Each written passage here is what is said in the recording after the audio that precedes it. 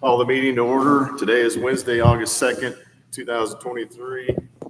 It is 9:01. Commission Secretary, please call the roll. Here. Here. Here. Here. Here. Thank you. We have a quorum present. Welcome, everybody. Glad you're here. We're really excited about being in Chillicothe and in Northwest Missouri. Glad you come to attend our meeting. Before we get started today, it's with a heavy heart that I have to share news of the loss of one of our MoDOT family members last week. Southwest District Senior Equipment Technician Charles Toller died in a tragic vehicular accident while performing mechanical work on July 24th. He had worked for MoDOT for more than 15 years. Before we have a moment of silence to honor Mr. Toller's memory, I would like to ask Director McKenna to share with us. Director.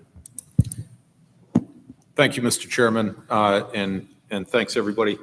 July 24th was a bad day. To lose an employee in the line of duty. This is something that I think many people aren't aware just how much sacrifice has been made by families of members of the Department of Transportation over our 100-year history. Charlie Toller was the 139th employee killed in the line of duty working for MoDOT. This is a tragedy, but rather than focus on the tragedy, I'd like to just share a few words of remembrance. Even just getting to know Charles through the services Sunday and Monday of this week, I would say there were probably 2,500 people that showed up to his funeral. And every single person in that room knew him. Was a 38-year-old young man that I think had done a very good job of figuring life out. Had tremendous faith, warm, compassionate friend to everyone he met. I think I heard numerous times. And he was an amazing colleague to folks at MoDOT. He was a senior equipment technician, and he served the Mount Vernon in Greenfield sheds in the area. And not a person didn't tell me that in every storm over his 15 years, he was in that shed until 2, 3, 4 in the morning, whatever it took to make sure that our team had what they needed to get the job done. He had a loving and caring family, beautiful 3 young children. It's an incredible tragedy. But again, I would say that Charles lived a full life. He should have lived a longer life, but there was nothing but love for him in that community, and he will be missed. So I appreciate the opportunity to talk about Charles and to reflect that he's the best of MoDOT. Thank you, Patrick. Please join me in a moment of silence for Charles Toller.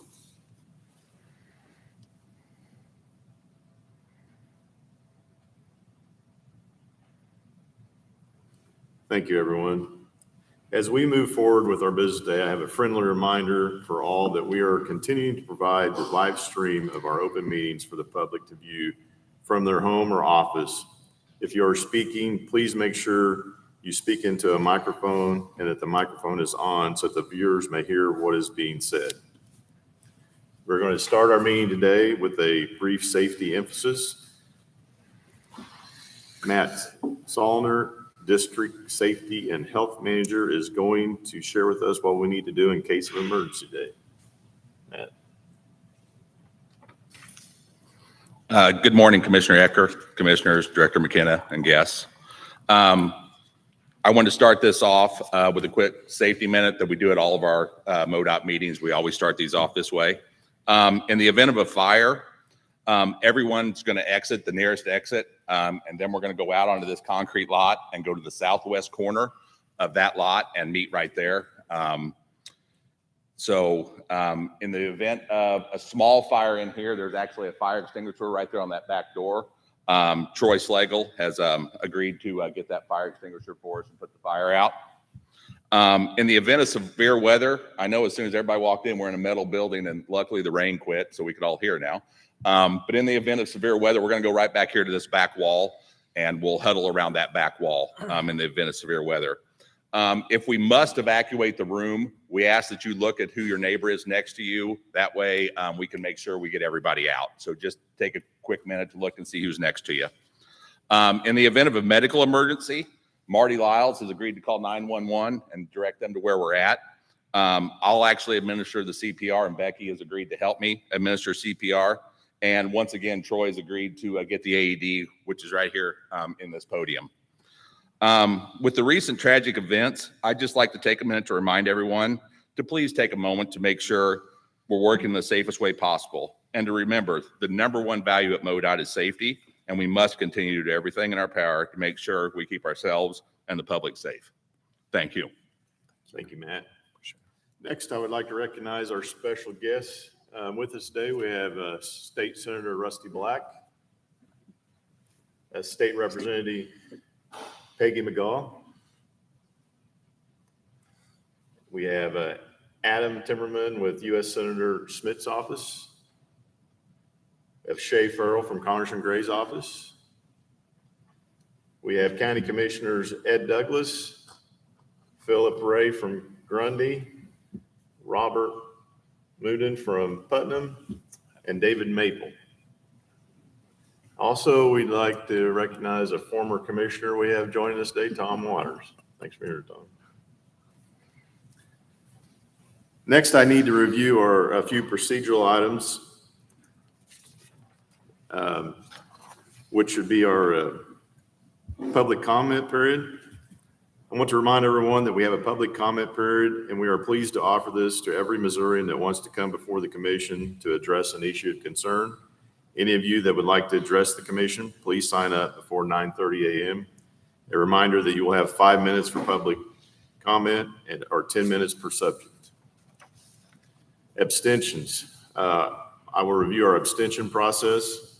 There are commissioners that, because of land ownership or business interests, or are lawyers that may represent clients that may either have some relationship to a matter coming before the commission and may have a potential or actual conflict of interest to be considered or voted upon. The commission member will indicate if he/she chooses to abstain from voting or to recuse himself from participating in discussion of an agenda item. If an agenda item is divisible by contract, call, project, or the like, a commissioner may specify that particular matter, then still vote on the remainder of the agenda item. This information is provided to the commission secretary by letter in advance of the meeting. The commission secretary will duly indicate the abstentions or recusals accordingly in the minutes of the meeting. Madam Secretary, have the necessary letters been prepared? Thank you. Our first item of business on the agenda is the consideration of minutes for the regular meeting of June 7th, 2023, and the special meetings on June 6th, 2023, and July 11th, 2023. Are there any additions or corrections to the minutes? Mr. Chairman, I move we approve the minutes. Second. It's been moved and seconded to approve the minutes. Any further discussion? If not, all those in favor signify by saying aye. Aye. All opposed, same sign. Minutes are approved. Next item of business, consideration of items on the consent agenda. Does anyone need to remove any item for discussion later or abstain from an item? If not, do we have a motion to approve the consent agenda? So moved. Is there a second? Second. It's been moved and seconded to approve the consent agenda. Any further discussion? All those in favor of the motion signify by saying aye. Aye. Aye. All those opposed, same sign. Motion carries. At this time, I would like to ask Eric Curtis to come forward, please. Eric is going to retire at the end of the month, and we just approved a resolution recognizing him for his 28 years of service. Congratulations and thank you, Eric. And would you like to give a speech? No. Come on. I will say that MODOT has been great to me and my family. It's an exciting organization. Every day's something new, adventurous at times, very challenging. It's a great place if you like to solve problems and make an impact and be part of something much bigger than yourself. So I appreciate MODOT letting me serve and be an employee of the great organization. Thank you for all you've done, and we want to get a picture. Okay. Yeah.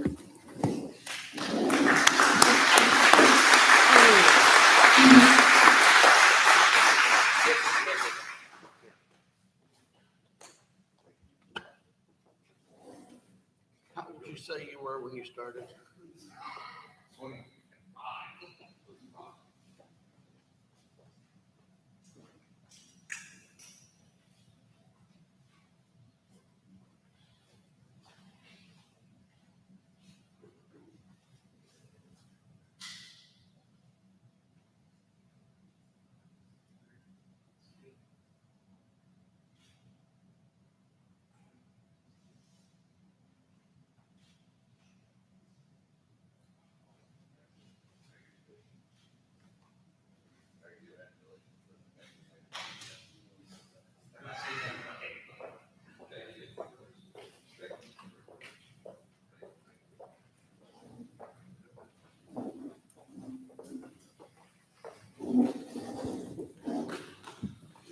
Mr. Chairman, can I?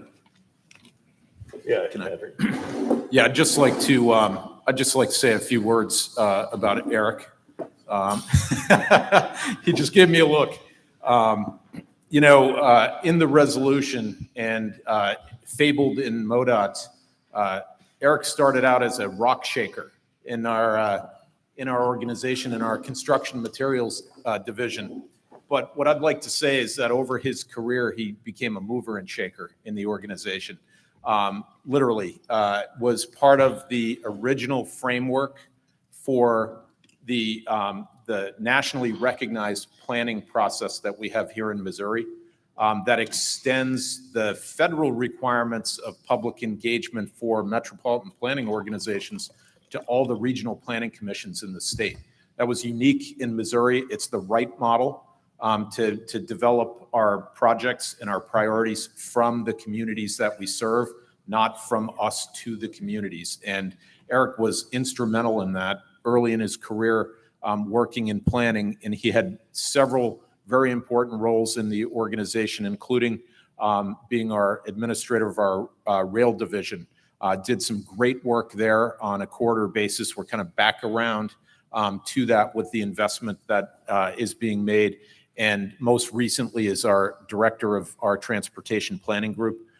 He's been a joy to work with. He's got a great sense of humor, doesn't shy away from difficult issues, but does it and has done it as a friend and as a colleague to all. I think it's fair to say that we are going to miss Eric, and he's not going to go too far. I think his wife is making sure that he's going to stay gainfully employed and out of the house for a little while. But we look forward to working in the next capacity with you. But you will be missed, and your work has been appreciated, and it has truly left a mark on Missouri. So thank you. Very well said.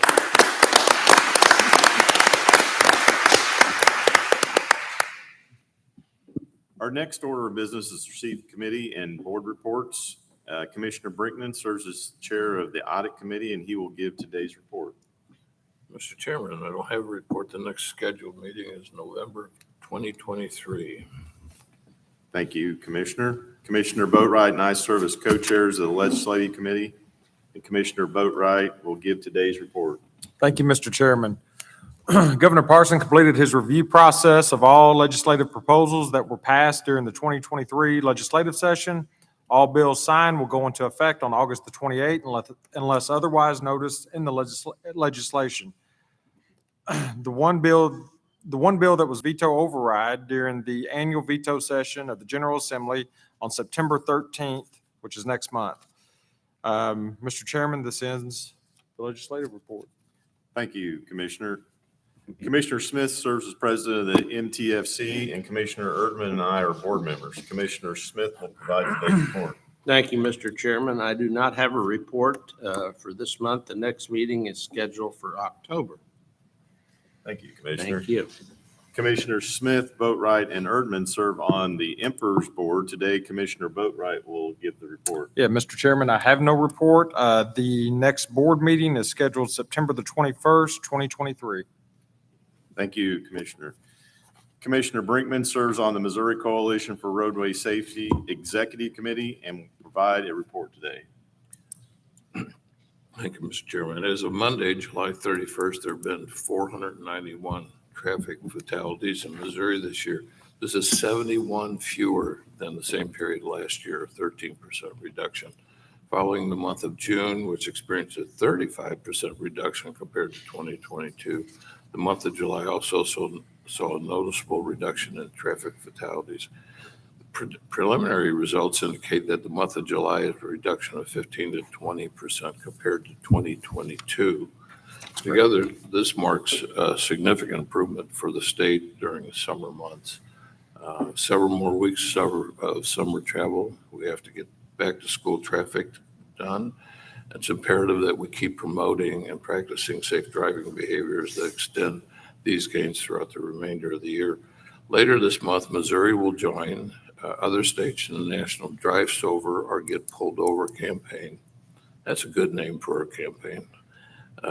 Aimed at promoting sober drivers and removing impaired drivers from the roadway. Impaired driving continues to contribute to about 1 in 4 of Missouri traffic fatalities. Finally, our committee is going to meet again next month in Rolla on September 6th. That concludes my report. Thank you, Commissioner. Next item on the agenda is MoDOT Director's Report. Patrick. Thank you, Mr. Chairman. Members of the commission, all that are here today, thanks for being here. We really appreciate being here in Chillicothe. It's a wonderful community. We enjoyed our visit last night at the Sliced Bread Innovation Center. Thank you, Commissioner Douglas, for you and your team putting that together. Very, very interesting. And later today, in presentations that you'll see, you'll hear details about the many road and bridge improvements made here in the Northwest District, part of Missouri, as well as the overall update on minor and low volume roads across the state. Our local team, led by Marty Lyles, is doing an excellent job with our newly increased resources to make strides on road and bridge conditions as part of our overall asset management approach. Just last month in the July commission meeting, the fiscal year 2024 to 2028 statewide transportation improvement program was approved. That plan is the largest in Missouri history. Nearly $14 billion of resources have been made available through the public process to go into this planning. The program will have over 1,500 projects that are funded and are getting underway. It includes hundreds of millions of dollars dedicated to annual asset management that's essential to maintaining the state's roads and bridges. It's a stark contrast to where we were just a few years ago in Missouri. 1 year in this plan will have over $2 billion of construction work on average. And just 5 years ago, that was the entire plan.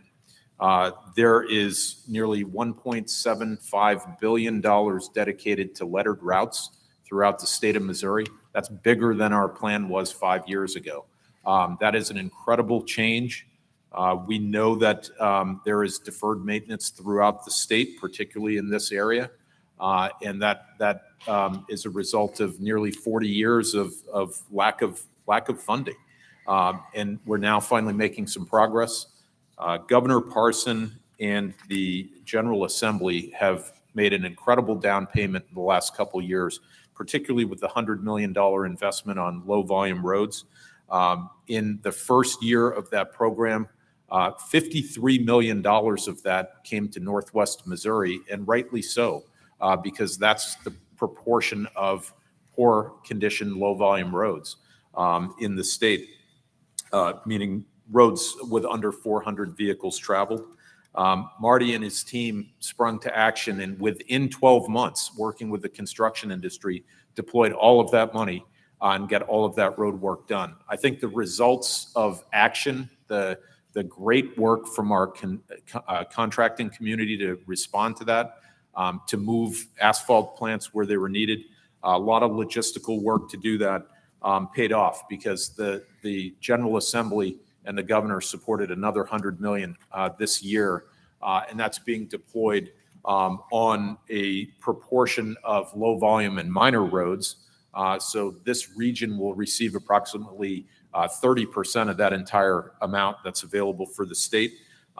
Contracts have been readied by our team, and they'll be presented to the commission next month for their consideration and hopefully approval, and we'll get rolling on that as well. It's a huge down payment on a very large bill that's due, and we're very pleased to be able to support and work on that in real time.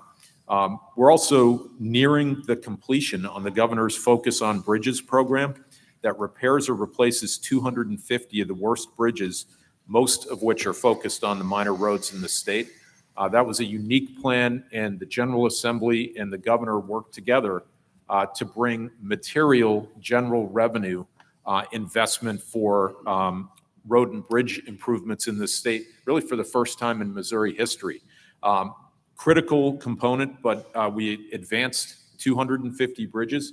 As we speak today, 235 of those are open to the public already, and the remaining 15 will be open by the end of the year.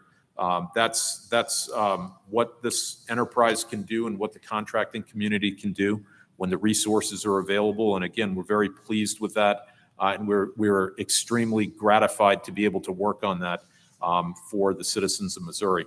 We're seeing the overall condition of the road network overall up 4 to 5% over the last few years. That may not feel like a lot, but on a network basis where we have 34,000 miles of road to maintain, that is significant improvement. We certainly are kind of maybe just getting back to holding our ground in this region, a region that gets hit with severe winter weather and certainly flooding over the last several years that had taken that condition down considerably. So we have a lot of work to do. We recognize that, but we're starting to trend in the right direction across the board. We look forward to the presentations. You'll get more detail on that going forward. I wanted to also acknowledge and just say we have had, as an enterprise, we've had a considerable amount of difficulty in the last several years retaining and maintaining our workforce. And that's a big part of the ability to get the job done for the public as well. Not 15 months ago, we were losing 90 employees a month, if you can imagine that, trying to keep the system together. It's led to a lot of work, a lot of people shouldering additional burdens. I just want to say publicly that I appreciate all of those employees at MoDOT that have stuck with us, that have kept the job going, that have kept the system running. And I am so pleased to report publicly that as of yesterday, on an initiative that we just started not a month ago, we welcomed 91 new employees to MoDOT yesterday. So the work that the General Assembly and the governor and the commission has done to improve some of the conditions for employees is starting to yield benefits. You know, we have in the neighborhood of 600 vacancies in the department right now, and we're working desperately to bring resources to bear so that we can get the job done, particularly for winter maintenance. But one of the barriers to entry in MoDOT that once we peeled back some of the compensation issues and looked a little further beyond that, from the time that we talked to somebody about coming to work to MoDOT and when they're actually getting paid was taking 2.5 months. 2.5 months, 10 weeks. So a month ago, I challenged our team. Lester Woods is our chief administrative officer. Without a lot of notice, I brought a challenge to the team. I said, I want to shave 9 weeks out of that 10. And in less than the time I asked them to do it, which was to start yesterday, they actually brought a plan together. And what we're doing is something unique. We have necessary background checks, drug screening, and physicals that are necessary for somebody that would come in and be a CDL driver on our system. Those are federal requirements. We have to follow them, and that helps keep the public safe. that we have qualified and capable folks doing this professional work in harm's way. And so that takes some time. That's not all in our control. What we decided to do is take a chance on the people that wanted to come in and work with us. And so we put hiring events together. They're going to continue through the remainder of this month. We've already had 3 of those last week. And what we said is that we're going to bring the hiring managers on site. We're going to bring some of the drug testing there. We're going to accelerate the process. And if we have somebody that we want to bring into the fold and they get through the hiring manager, we'll put them on the payroll at the next available opportunity. That was for instance, in Kansas City, we had a hiring event. Nearly 60 people came, and 42 of them received an offer last Thursday. They're on the payroll as of yesterday, virtually all of them. And then they're going to go through safety training while we're performing the background checks. You know, if somebody that needs a job can't afford to wait for 2.5 months to get paid, that's pretty obvious, but sometimes you don't see the obvious when you're looking at the primary reason, which was our compensation. Now that we've made progress there, I'm so encouraged by the team, and I want to thank Lester and the entire team, Ashley Halford and her team in human resources, but that was the entire team. Rich T. and his team with legal, our audits and investigations group, our maintenance team setting up the training program. But in 3 short weeks, we did something different. We're taking a chance, and we're making significant progress. And that's good for what we do for the public. And you'll see that in the services that we provide. We're going to continue that forward. Mr. Chairman, I'm going to continue to report the progress on that as you've asked for going forward. And I want to thank the commission.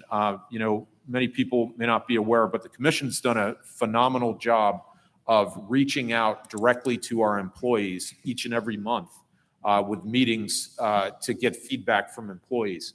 And that was one of the key pieces of information that came out of that, which led to this whole thing.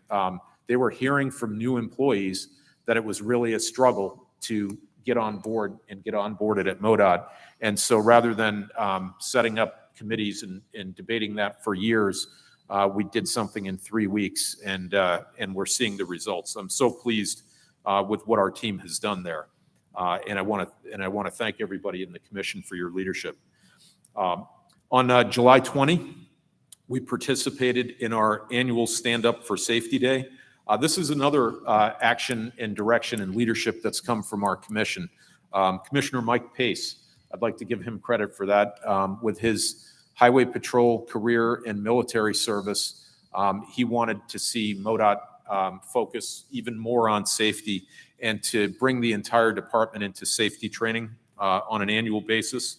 And we have this annual day now for over a decade. All employees spent the day dedicated to learning important safety topics. We put the highest importance on safety training. We want to do everything we can to have countermeasures in place to driver behaviors that result in crashes like speeding, inattention, and driving impaired. That's a critical feature for us and is no more evident than what we talked about at the beginning at the meeting with the loss of Charles last week. I want to end my report, Mr. Chairman, with a personal thanks to Governor Parson. He allowed us to lower the state flags. That's the first time in our 100-year history, and you can see that at our district office in Southeast. The Missouri state flag was lowered to half-mast in honor of Charles.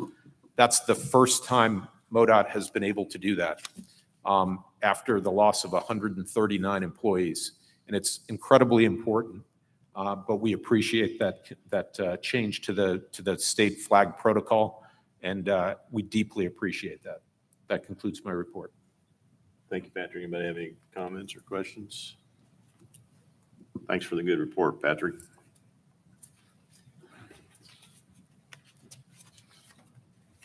Next, we have Ed Douglas, Livingston County Presiding Commissioner and former member of the Missouri Highway and Transportation Commission. Ed was a member of the commission from 1996 to 2001. And Ed, thank you so much for hosting us and being with us last night. So take it away. Well, thank you. Thank you so much, Pat and Ed and Rich and Madam Administrative Assistant, Mr. Chairman, Commission. We are so pleased to have you here. The last time you were in Chillicothe was my last meeting on the commission, so it's been 21 or 22 years. But I really enjoyed, and I know everyone did last night that got to visit with you. I can tell people here that don't know the MoDOT staff is so professional and such a good group. I'm just terribly impressed with them and have been for many years. And I can tell you from visiting with the commission, it's a great group too. They really are high quality people. I know they're going to do, they're doing a great job and they're doing everything they can. Obviously funds are limited, but they're a great group. We appreciate all you do. I wanted to, again, welcome you on behalf of Livingston County and the city of Chillicothe. I'd like to, if you'll bear with me, we like to introduce some people that are here today. Some of you maybe already mentioned, but as I mentioned your name, if you'd please stand. We have just in here in just a while, I'm on the TAC committee for our Green Hills region. There's 13 counties, and many of those commissioners came today to be part of that. We have, and if you'll stand where I mentioned your name, we have Corinne Watts who's the executive for Green Hills, and just remain standing if you would. And then we have Philip Ray, the presiding commissioner of Grundy County. We have Robert Munden, the presiding commissioner of Putnam County. We have also from Davies County presiding Jim Roos of Davies, Wayne Udi from Davies, and David Cox. Also from Green Hills, we have Amanda George, who is the head of the transportation for Green Hills. Some other people that we have here, again, I believe our mayor, I'd like to welcome on behalf of her, Teresa Kelly. And we have our Western District Commissioner, Dave Maple, our County Clerk, Sherry Parks, Western District Commissioner candidate, Willie Rupp. We have our head of our tourism, Amy Supple, is here. Our chamber executive, Crystal Narr. Our head of Main Street, Tommy Walker. Our head of our economic development group, Terry Rumry. A member of our economic development committee, Ed Turner. And as you've mentioned, our state senator, Rusty Black, and our state representative, Peggy McGaw. And then from Josh Hawley's office, Shay Farrell. And then we have from conservation, Greg Pitchford. And also our area MoDOT rep who does a engineer who does a great job, Michael Marriott. And then Tom Tingerthal from KCHI. And I think Angie from maybe the newspaper, but thank you all for coming. We appreciate that. And I'm sorry for the people that I didn't know were coming that maybe I have missed. But I'd just like to make a couple of comments, as a commission, and I had such a wonderful experience being on the commission, and you all have such an opportunity, and I know you fully appreciate this because, transportation, multimodal roads are such an important part for economic development. They are the lifeblood of communities, and particularly rural communities. And so you have an opportunity to make a difference in the livelihood and economic development. And you also have an opportunity to save lives. As you know, the 4-lane road reduces fatalities by 70%, I believe. And so you have that chance with economic development and saving lives. And I reflect back on this many years ago, but being on the commission and my alma mater was Northwest Missouri State up in Maryville. And my mentor, the president of the school when I was there, was Dr. Foster, Robert Foster, was on the Highway 71 committee for 50 years. And when I was on the commission, I got to work with the district engineer from that, and we got 71 4-laned. And that had been a very dangerous road, Terry, you know that. And, but that saves lives. And it means that people that go to school up at Northwest, they can go all the way on a 4-lane. And that's a huge deal. And then, I talked to you last night about the Highway of American Genius, Highway 36, and back in the days when we were struggling with what to do with 36. And I remember discussing with MoDOT personnel, do we try to go for an interstate and with the, all the, you can't have at-grade entry and you have to buy all that right away, and the chances were slim and none that we could ever pull that off or would ever be done in certainly my lifetime. And so we talked about, could we make it a 4-lane?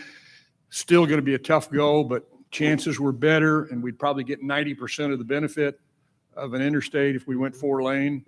And so, working with Tom Bolin, the late Tom Bolin from Hannibal, and chief engineer at the time, the late Joe Mickus, we were able to, put, during my term, Hamilton to Chillicothe 4-lane, and that kind of put 36 over the top.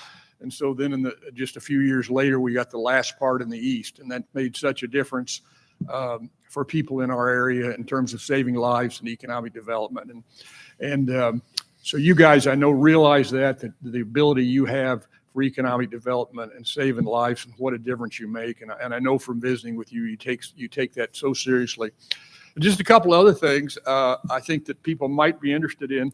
When I was on the commission, and I feel certain it's this way, there was always the talk about, well, there's politics involved. And when I was on the commission, we used to kind of joke about that because the 6 of us at the time, we would have been hard pressed to determine who was a Republican or who was a Democrat because we didn't care. It didn't come up. And I know from visiting with you guys, it's the same thing, but it's kind of funny because everybody thinks, oh, it's politics, but it's not. You just worked for the betterment of Canton. And one other thing that you probably know, but in case you don't, when you retire from the commission, it is amazing how you are still treated. You all have been to the reunion luncheons we have at the governor's mansion, but I don't care how many years you're gone, past commissioners, and it's not me, it's everybody, but the staff just treats you like royalty for whatever reason. And you can call them at any time and they will, I don't know how, but anybody new or whatever, they will know you. It's just like Cheers. They will know you and they will drop everything to you. So you have that to look forward to for the rest of your life. And again, we're so appreciative for you to come to our town and our county. And thank you for all you do. Thank you. Thank you. Thank you, Ed. Next item on the agenda is a local presentation. Marty Lyles, Northwest District Engineer, will introduce today's speaker. Marty, welcome. Thank you. I will say I didn't realize we had something in common with that. I too actually went to Northwest, so once a Bearcat, always a Bearcat, right? So, hey, so real quick, I just want to introduce our next speakers. They are actually members of the Transportation Advisory Council for the Green Hills. This advisory council, there are members that work closely with our planning commission, our planning partners, and our just our MoDOT planning team, just to work on the priorities for the MoDOT system. So real quickly, I want to introduce Philip Ray, Grundy County Presiding Commissioner, Robert Munden, Putnam County Presiding Commissioner, and Carl Carter, citizen at large for that.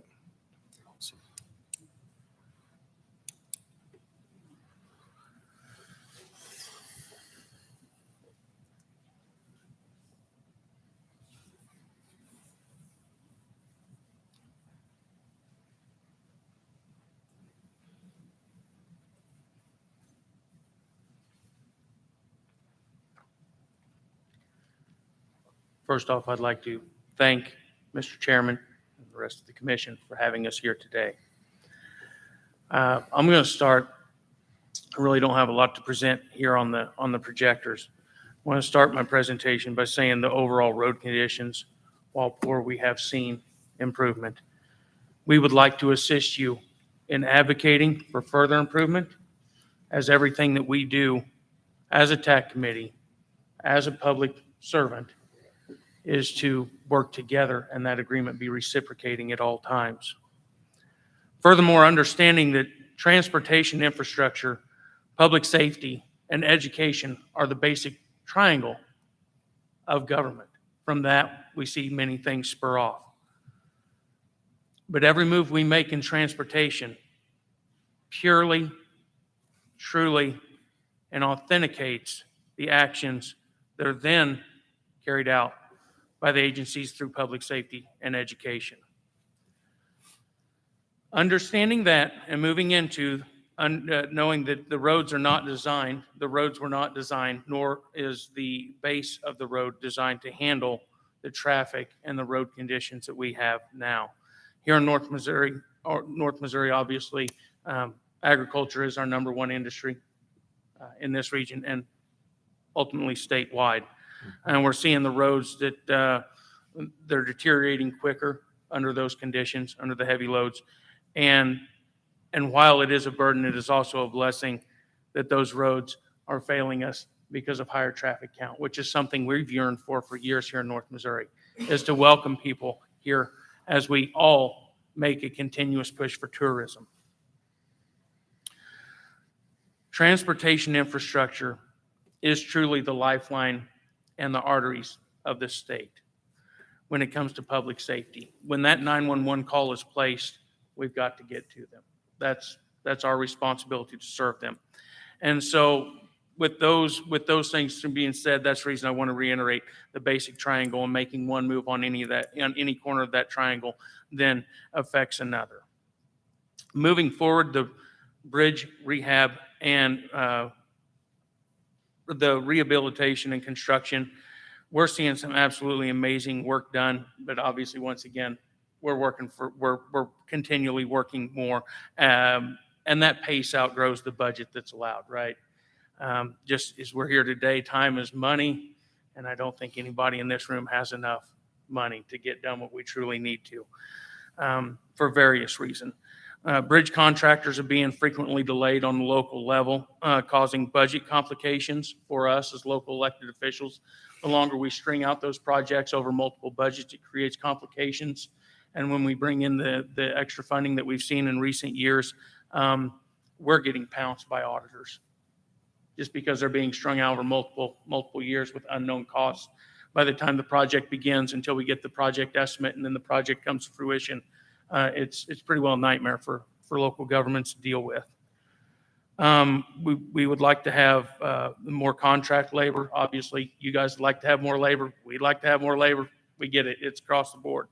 But ultimately, that would be to enhance the competitive bid process. The BRO submissions that we've seen and the reinstatement of, regardless of what level of government, we would appreciate your advocacy to continue that process. It's been a huge help for all of us. We've appreciated that process. However, there's always a bump in the road. And the EA process, or the environmental assessment portion, is becoming more costly and causing unnecessary delays, resulting in reduced funding, reaching the tangible pieces of the project. Grundy County's got a project we're preparing to let for bid. And then in the planning portion of that, we've had it's been north of $10,000 added to a project, and it's a replacement. This is not a new bridge. This is a replacement of an existing structure on an existing roadway without moving any easements or right-of-ways. We're keeping it right where it was at. But the added EA expense has been $10,000 plus. Moving on to signage, the new signage that we see is great. Over the recent years, we've seen increased traffic volume once again from the interstates moving into different routes across our great state. With those new routes is a need for maybe perhaps a new approach to some signage where it hasn't been before, to try to reroute as we see those numbers increase. And when the signs are installed, we need to maintain on all levels. We see down signs, poor reflective material on all levels, from the interstate all the way down to lettered routes. It's certainly not specific to any one thing or another. And I will close out the signage portion of this with the signage is a major part of public safety as well. And I may get a smirk out of this, but when Google fails us, the signs prevail, because Google's not always right. All right. But with all the construction that we see and that we're so grateful for, those detours, they're not being logged into Google in a timely manner, which is great, because that means we're moving faster than the internet, right? That's a great thing. You bet. So we do need to make sure that we're being an advocate and really watch for that signage to make sure that we serve the people correctly and get them to their destination safely. Thank you. Thank you. Thank you. That's awesome. Morning. Morning. All right. Thanks for letting me talk. Okay, I'm a retired MoDOT worker. Okay, so I'm a digging the dirt dude that was there and done it. Spent 13 years in maintenance and 14 years in construction. So I've been there, done that on a little bit. Okay. I'm going to talk on equipment. All right. This is a big concern for some, and I'm going to read verbatim, so I'm going to bore you people, because if I don't, I'm going to forget something. So I've got it written down, so I'll try not to forget. Equipment. This is a big concern for those of us who have had to watch MoDOT delete a lot of their equipment. You've come back a long way, but there are concerns. At one time, each county had anywhere from 8 motor graders to maybe as many as 12. Now you may have 1 motor grader, or some of the counties share a motor grader. This is a major concern mostly for 2 reasons. First, if we have a major winter storm like the blizzard of '98, how do you expect to get the roads open in a timely manner? You no longer have the equipment to perform the snow removal that you had 20 years ago. You've not had a major snow event to truly put you to the test in over 20 years. We are past due, and with the weather patterns being more and more unpredictable, and just for instance, on the East Coast, they got 8 inches of rain. It's a 6-to-1 conversion, maybe even 7. So you're looking at 48 inches of snow. Okay. The question I have is, do you have a plan? And I've heard some of the plans before. Okay. But with these unpredictable weather patterns, do you have a plan? All right. Have you talked to the quarries? Do you have MOUs in place? All right. So those are some of the things that we wonder about. The second, shoulder ruts. Shoulder ruts on the wide shoulders, well, any shoulder for that matter. You have taken farm tractors and tried to replace motor graders. Motor graders were designed for that type of work. You have shoulder ruts in every county. Do we have any of the pictures? I don't need to show you shoulder ruts. You know what they are. Okay, so you're looking at some of the things. I come from Cameron the other day, and that shoulder rut is a foot deep. You're not going to blade it in with the tractor. It isn't going to happen. So the motor graders were designed for that type of work. You have shoulder ruts in every county. It is hard to maintain shoulders when you're not using the proper equipment. And while I'm on the subject, I worked maintenance, then I went to construction. We have standards. So you have 3 divisions that I kind of dealt with. So first we design, we set standards in place, then we construct the road, and then we pull maintenance on them, right? Okay, so if you put a set of standards in to do something, everybody ought to follow them, right? Okay. Over the past several years, there's been an increased culvert replacement. This is a major concern as far as safety. Why, when maintenance replaces a culvert, is it not properly compacted? This is an unsafe practice and a hazard to the traveling public. Construction division requires their contractors to meet compaction on all their projects. There's a compaction equipment out there that can be that can bring the compaction back to almost 100%, with everything from motorized compactors to hydraulic compactors that fit backhoes. They're not being used, folks, the way they should be used. Maintenance, when they compact something, if you travel some of these roads back around here where they're putting in these culverts, if you don't know the roads and know where to slow down, you're going to hit one of them, and it's not pretty. They need to be compacted back so that you don't spend the next however many years it is filling them in. And we have the equipment, and they can be trained to use that equipment and compact them back without having to fight this. I come around one the other day, just north of here, and here's 6 or 7 hubcaps out there.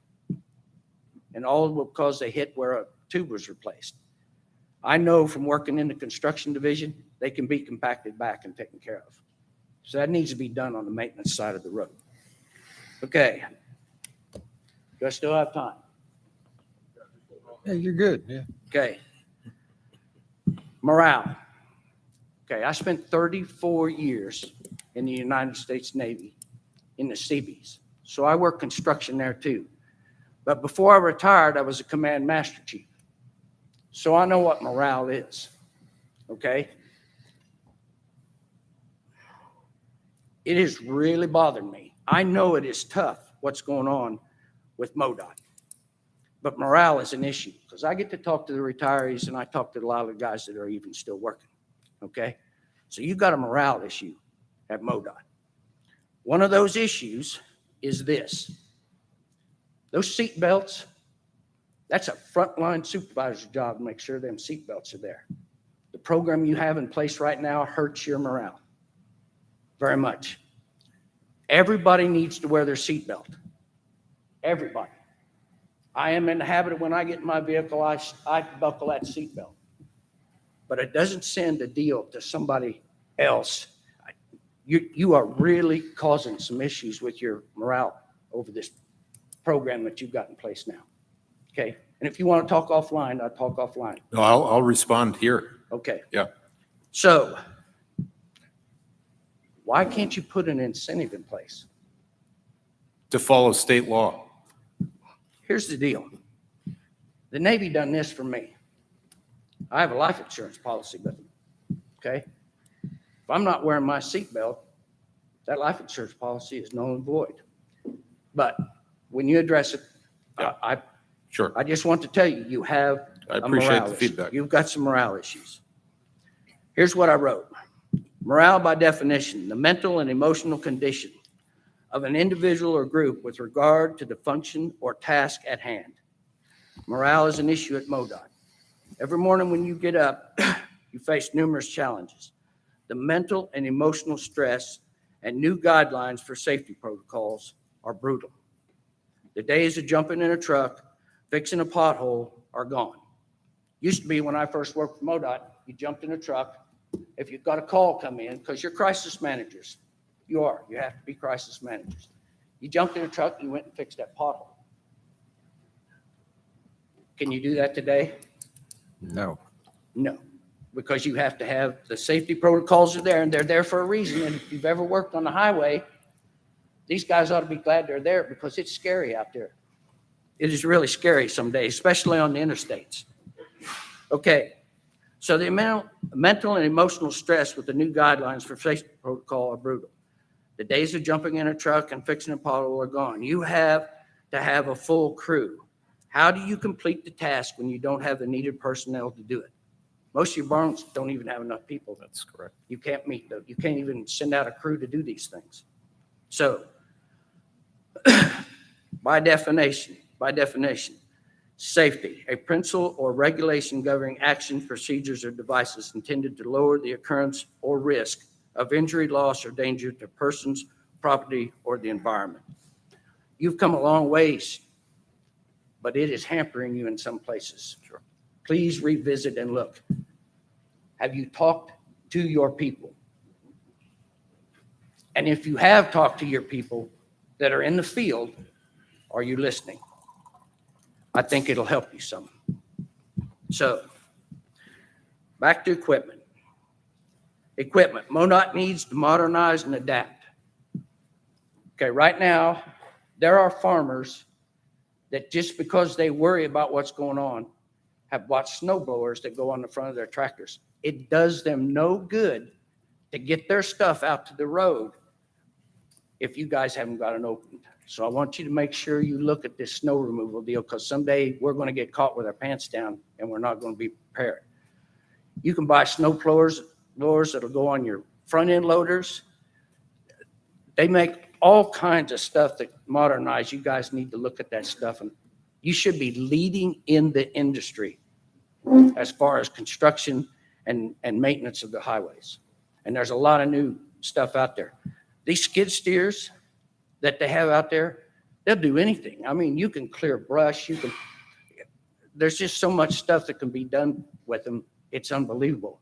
And you share them in your buildings.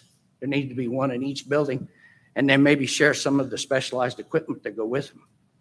So what I wrote was MoDOT needs to modernize and adapt. They should be leading in this area, both construction and highway maintenance. Most MoDOT sharing is not working. Most MoDOT sharing is not working for the use of specialized equipment, skid steers, backhoes, track hoes, small dozers, and trucks. And while I'm on trucks, you've modernized the truck fleet. It's a good truck fleet, but you don't need all twin screws. And some of these buildings have all twin screws. They need to have some of the smaller trucks. They're easier to maneuver on the back roads. But I'll go back to what I said. Talk to your folks and listen to what they have to say. I think if you'll sit down with them and have a good conversation with them, you can help your morale problem. You can bring some new equipment into MoDOT and move forward. Because you need to modernize some of your stuff. I'm just going to touch on this because you're probably going to shut me off here for long.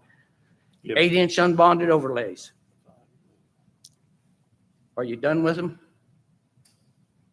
The 8-inch unbonded overlays that you're putting on the interstate. They don't work and they are a failure. You don't have the time and money to do the job right, but we have the time and money to do the job over. You are pouring millions and millions and millions of dollars into concrete replacement on these 8-inch unbonded overlays right now. All of them. One that starts on I-35 in Davies County there. You come south, the one at Cameron already, and then you go on further south toward Kansas City, that one too. The 8-inch unbonded overlays are not working. Okay?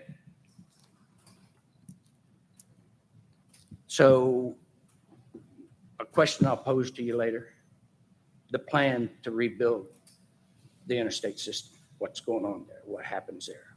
Are you going to try to do like some of the surrounding states where they go in and they take out all of the concrete and replace it with brand new 12 to 14 inches of PCCP concrete? And everybody understands the expense of what I'm talking about, right? I mean, we're talking about a major, major expense. So I thank you. Okay, give me a minute warning, so we try to keep you on schedule. First off, on a personal note, I would like to thank Marty and Michael for some help they issued to us on some debris in a roadway. It took us a while to get it done, but we got it accomplished. Thanks again for them and MoDOT staff that were involved in Putnam County. I get the fun part. I get the crystal ball. I get to talk about economic development. And that seems to be the big buzzword. And in Putnam County, we've got a simple definition. One more job today than we had yesterday, or one more dollar in sales than what we had. And let that snowball.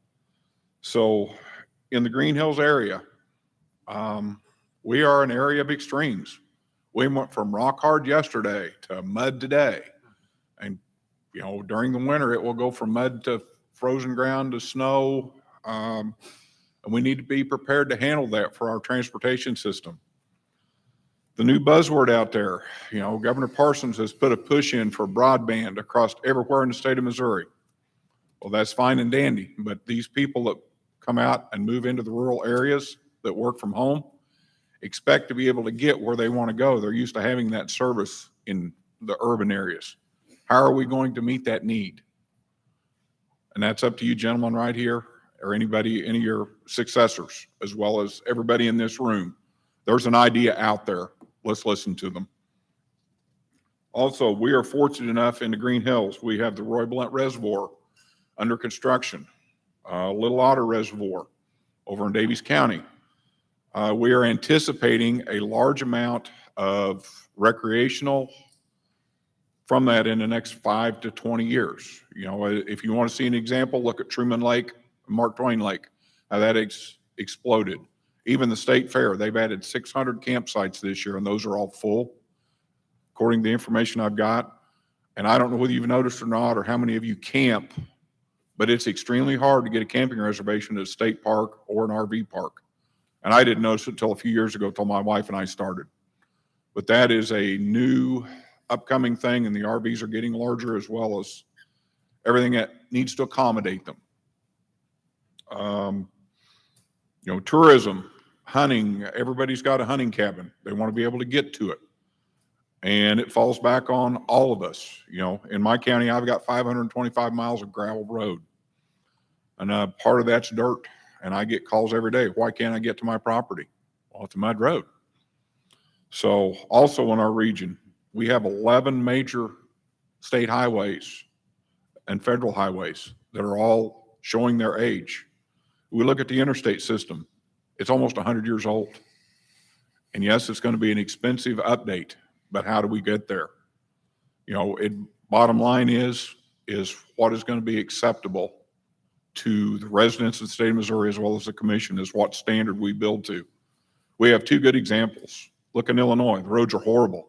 Look in Iowa, they're a lot better. You can just tell the difference when you cross the state lines. I don't know how many of you have done that, but it's very noticeable.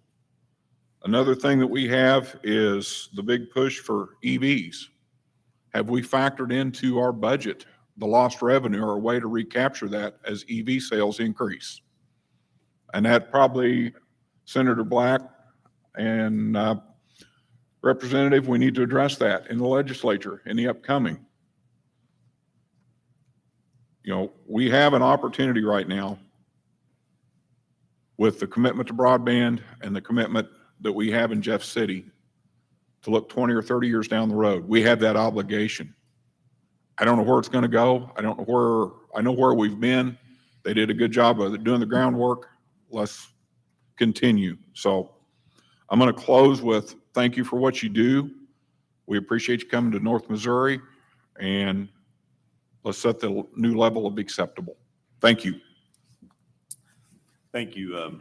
Thank you to all the presenters. And that one of the reasons we come out on the road is so we can hear what the concerns are of the local citizens. And so we appreciate all those comments. Does anybody else have anything they want to say? Yeah, I do. I've actually got a couple things here. The comments on the environmental assessments.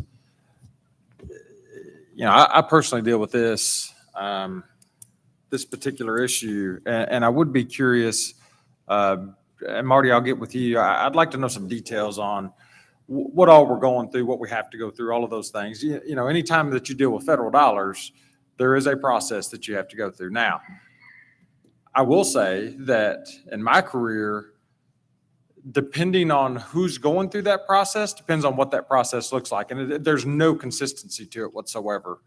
MoDOT, from what I've seen, does an outstanding job of navigating that process. There's other organizations that do a very poor job, but MoDOT, from everything I've seen, does a very good job. But I will check on, Marty, I do want to get with you and check on that particular topic and just talk it out with you. On the point that was brought up on holding contractors to a certain level of expectation and holding our in-house staff to a certain level of expectation, I think any staff here that's been around the commission very long, I think you've heard that directly out of our mouth. Now, granted, you look back where we've come from. You know, we had a lull in this, and it's not just in Missouri, it's in this country on infrastructure, about 40 years to where we just flat did not invest. And that was a conscious choice that we made as citizens, that we made as throughout the country not to invest. Now, you look at where MoDOT's come, there's been some hard decisions on this commission. When we went through Boulder, you know, over a decade ago, that was tough. That's a tough move to make, to part ways with staff and to suck the program in to where we can take care of asset management, to where we can put those resources back in these places that, you know, we're having shortfalls. You fast forward into, you know, 2016, we're at a very rough place. A 325 plan for the entire state, $325 million a year for the entire state. We have a massive system, you know, almost 35,000 miles of roadway in this state. And to have $325 million to put towards that, we were in a bad spot. You look at what's happened since then, the tide has turned. the boat is sailing in the right direction. Funding wise, we passed a $14 billion STIP last month. That's huge. The investments, the investment that started with the Focus on Bridge program to where we tackled 250 poor condition bridges throughout the state, huge. So what we're doing in Missouri, if you look at these little snippets, you look at the $2.8 billion that was passed last month, we're saying, you know what? Enough is enough. We as Missourians, we're going to take care of our infrastructure. We're not going to let it continue to degrade. And that's a turning point. That's a point that we have not had in a couple generations. So it's a really big deal that we're headed in the right direction. Now, are we getting everything right? Of course not. Nobody can. But, there are tough decisions that have to be made on several different fronts. Talking about safety, we have 5,000 employees throughout the state. To juggle that, to be consistent, to have everything, and quite frankly, the point that you made, Director, to abide by state law that's been in effect, that's something that we shouldn't have to, but unfortunately, the data shows that we have to. And it's not a popular thing. And it's something that's not going away. With technology the way it is today, we have, I'm in the construction side of things. Every one of our pieces of construction equipment have GPS on them. Now, there's good and bads to it. I will tell you, from long-term asset management, from long-term understanding what you have in your fleet, it's a big deal to have that information, a huge deal. As far as the implementation of it, it's not always popular, but MoDOT as an engineering organization and providing the services that we provide throughout the state, it's extremely important to be data-driven. You have to be data-driven. If you're going to make smart, intelligent choices, you have to be data-driven. And that's some of the choices, again, not popular, but that the commission has to make. And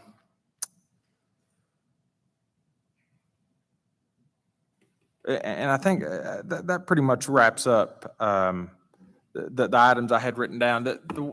Just to bring this all together, again, the boat is sailing in the right direction. We have not only this commission, we not only have the MoDOT staff, we not only have the citizens of the state that are focused on infrastructure investment, the General Assembly, the leadership in the governor's office, our lieutenant governor, these folks are all focused on this. And we are going to win in Missouri because we're choosing to invest. The other point that you had on equipment, you're not wrong, okay? It's a juggling act trying to balance the money that we're putting on the construction side of the house versus the money that we're putting on the service side of the house. Me being in the construction business, best case scenario is having all the right equipment at the right time, and not having any downtime. That's best case scenario. Unfortunately, reality, it's not that way. But having feedback and getting to hear, that's why these meetings that we're having at lunch today are so important, because we get to sit down with staff from each one of these districts. And these things that you pointed out, we hear that from them direct, which is wonderful to be able to know the areas that we need to tackle and put resources to. So thank all of you, thank all of you for your testimony. Appreciate the input and the feedback. And Director, if you want to add anything, you feel free. Yeah, thank you. Thank you, Commissioner. I want to thank Mr. Carter for your service, both in the military and at MoDOT. Vitally important to have people still stay active in the community that they love and that they serve. Your feedback is direct. It's real. I hear it. But I want to address a couple things. When you worked at MoDOT, we had 2,000 more employees. 2,000 more employees. We had 3 district offices more. We had 750 more pieces of equipment. So the concerns about the capability at every single location that we serve, you're absolutely correct. Yeah. We're trying now, we're only just now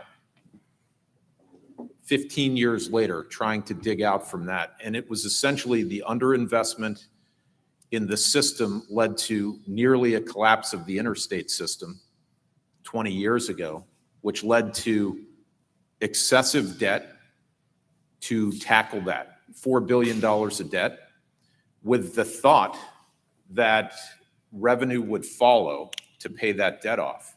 That didn't happen. And the system collapsed.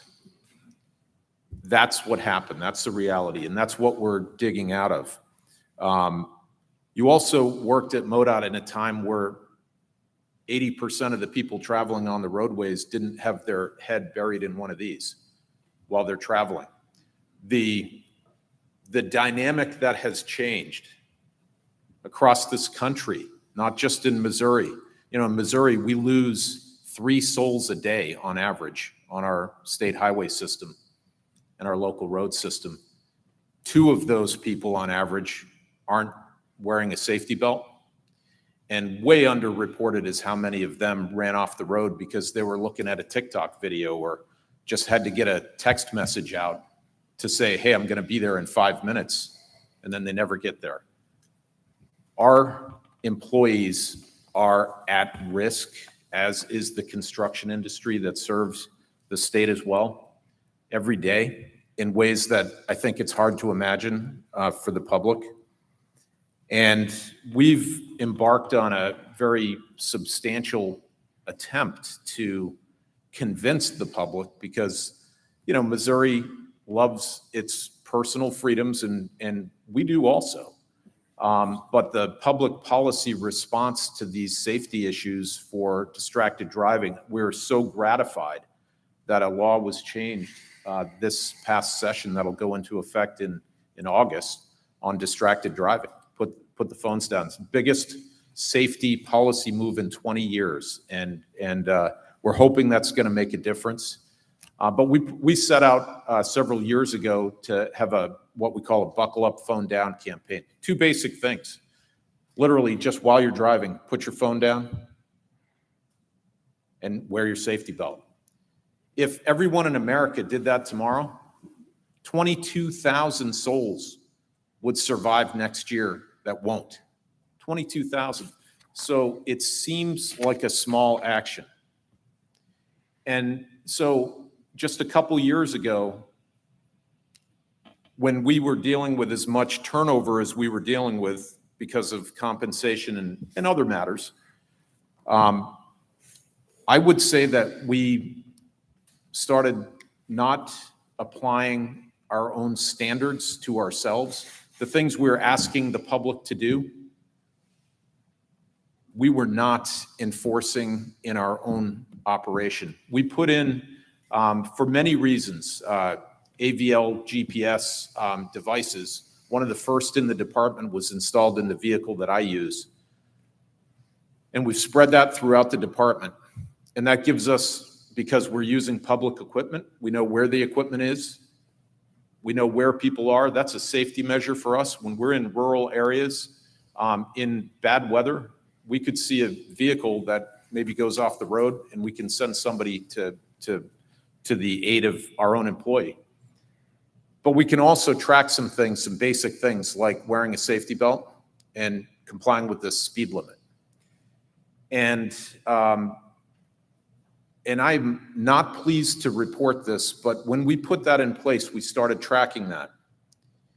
And in just a couple month period, we found, and I am truly shocked to say this, but we found over 35,000 violations of speed and safety belt use operating MoDOT equipment by MoDOT operators, doing the very thing that kills 2 people a day in Missouri while we're trying to protect the public and while we're trying to convince the public to do that. And we weren't taking that seriously enough. I told our department that we're going to follow state law, and this standard is state law. Safety belt, even though it wasn't a primary enforcement mechanism, it's still state law to wear your safety belt. It's still state law to drive the speed limit. And if you have a CDL, if you have a commercial driver's license, it's federal law. I have a standard to report infractions at the federal level. We should be pulling people's CDLs if they won't follow the speed limit or wear their safety belts. These are not MoDOT policies. They're laws on the books. A basic standard of public service ought to be to comply with state law. So I will grant you the point that it's not popular, but I have told our department directly, in advance of enforcing it, that if you refuse to wear a safety belt in MoDOT, if you refuse to operate in the speed limit when you're operating our equipment, you've refused to work at MoDOT, period. And not everybody's come along for the ride with us in the last 2 years. We've had to separate from people that have made the choice that that was too high a standard to apply. But when you consider those are tip of the iceberg things, what else isn't being complied with in terms of our standards for safety when we're trying to keep our people safe when the public is driving distracted while we're doing our work? The standards for safety are much higher because the conditions have changed. And it is my responsibility as the director of this department to send everyone that works at MoDOT home to their family every day after every shift for their entire career. We failed that standard last week. That standard has been failed 139 times in our history. And we're doing everything we can to make sure that that never happens again. And it starts with compliance with basic safety measures. We will not compromise on that. And if that's a morale issue, then we have to get the people that are going to be working in a safe environment. And that is changing and it's happening. Now that 35,000 infractions that I talked about, in 6 months' time, that was reduced by 99.2%. 99.2. And it's just a simple, how many times when something simple may have happened could someone not have ended up going home because they didn't have their safety belt on?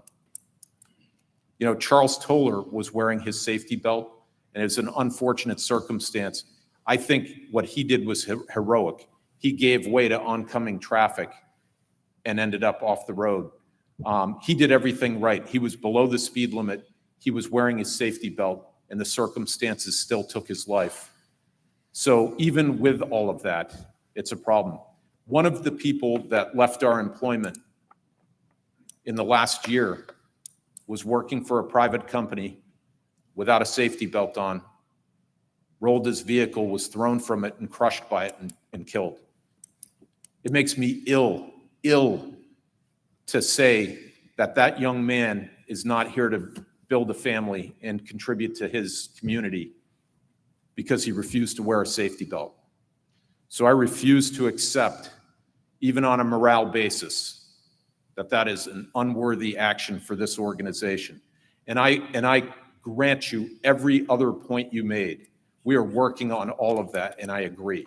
The equipment, the type of treatments that we use, these are all financial choices that are based on scarcity.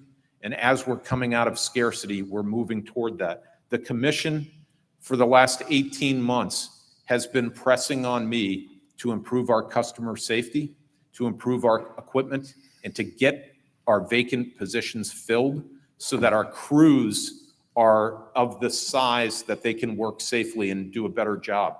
And we're making progress there. We are not there yet, but your comments ring very, very much personally to me. I agree with you, and we are working on it. So thank you for your comments, and thank you for your service. Thank you, Patrick. I just want to briefly say, I mean, I'm from probably the most rural area there is in the state. And we know that there's a lot of issues out there with lettered ballots and stuff, but in the 6 years I've been on the commission, we have drastically had a turnabout, and it's going to take a while to get them all fixed and up into shape because we have a lot of them in northern Missouri, more than the rest of the state. So please just bear with us, and God bless the General Assembly and the governor for giving us extra money, because if we hadn't had that, we would still have a lot of roads that we hadn't been able to touch yet. That's right. So Spot on.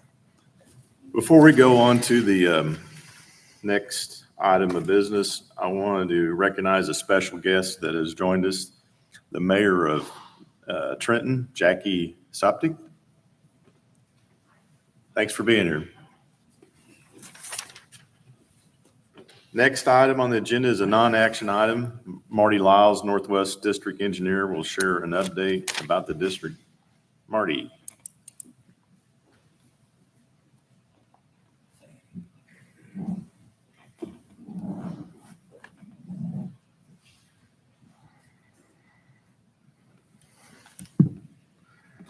Chairman Ecker, Commissioners, Director, welcome to the Northwest District. And, I just want to take a few moments just to talk about, some good things that I think that are going on here in the Northwest District. The Northwest District, we maintain over 6,000 lane miles of low-volume roadway system. Now, we actually maintain other things. Not only just the low-volume roads. 53% of our district, our 20-county region, is low-volume roads. We also got interstates, I-29, I-35, I-229. We got major highways like 36, 65, 71, 136. So we got a diverse, district in there.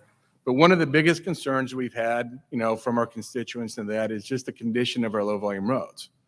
So this map up here, the highlighted sections of it, shows all the work that we either have done or will get done between fiscal year 2022 and 2025.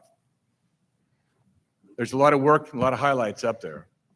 Now, those initiatives came to us by a lot of different, about 3 different revenue streams. Of course, we got the STIP with some of the funding, thanks to you, the commission back in January, when you are able to provide some additional funding to these low-volume roads.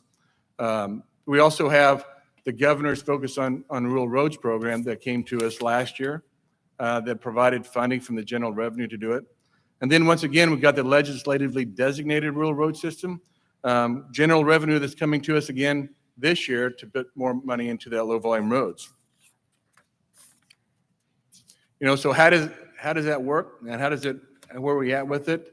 Well, I'm going to please announce that, last year, as of actually June of this year, June 30th, we had completed the governor's Focus on Rural Roads, 12 months into that. We actually got $53 million, so 53% of that money from the general revenue came to the 20-county region in the Northwest District. We were able to complete 498 centerline miles of roadways with that. And then once again, thanks to the governor and the legislatures, we were able to get another $29.8 million coming to the Northwest District. We're actually going out to bid for that this August, and hope to have that coming to you for award recommendations in next September. With that funding, we actually anticipate to complete another $250 million this next year as well. I'm sorry, 250 centerline miles. Sorry, thank you. So, to sum it up, how does that look? So from fiscal year 2022 to fiscal year 2025, we have completed, we have spent $119 million on low volume roads. And with that, we anticipate to fix and improve 1,100 centerline miles of roadway, which is, really about a third of the district, of low volume roads in the district. This is huge investment, and especially when you really recall that prior to January of 2022, with our funding situation, we really weren't able to spend any funding on low volume roads at all with our STIP. So, other projects that we have going on, the Northwest District, we've had our share of impacts with the flooding of the Missouri River. After the last flood events of 2019, we invested millions of dollars with the help of federal highway reimbursements, making repairs to the roadways. Highway 159 in Holt County, Atchison County 136, saw significant damage after those rain events and those flooding events. And the traveling public, they were unable to use those major river crossings for over a year, waiting for that waters to recede enough to get the contracts out there and then the contracts to actually get those taken care of. A lot of impacts to the traveling public. So with the funding support from Federal Highway Administration, these resiliency projects involved installing concrete blankets on the downstream slopes of the roadway to minimize the damage if and when another flooding event does occur. And that will allow the traveling public, those roadways to be opened up sooner.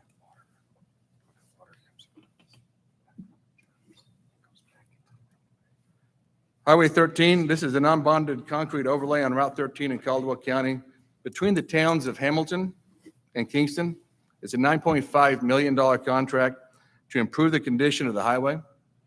The project consists of removing the asphalt pavement down to the old concrete. That asphalt structure underneath was delaminated and stripping out. We had to remove that all the way down to the existing concrete.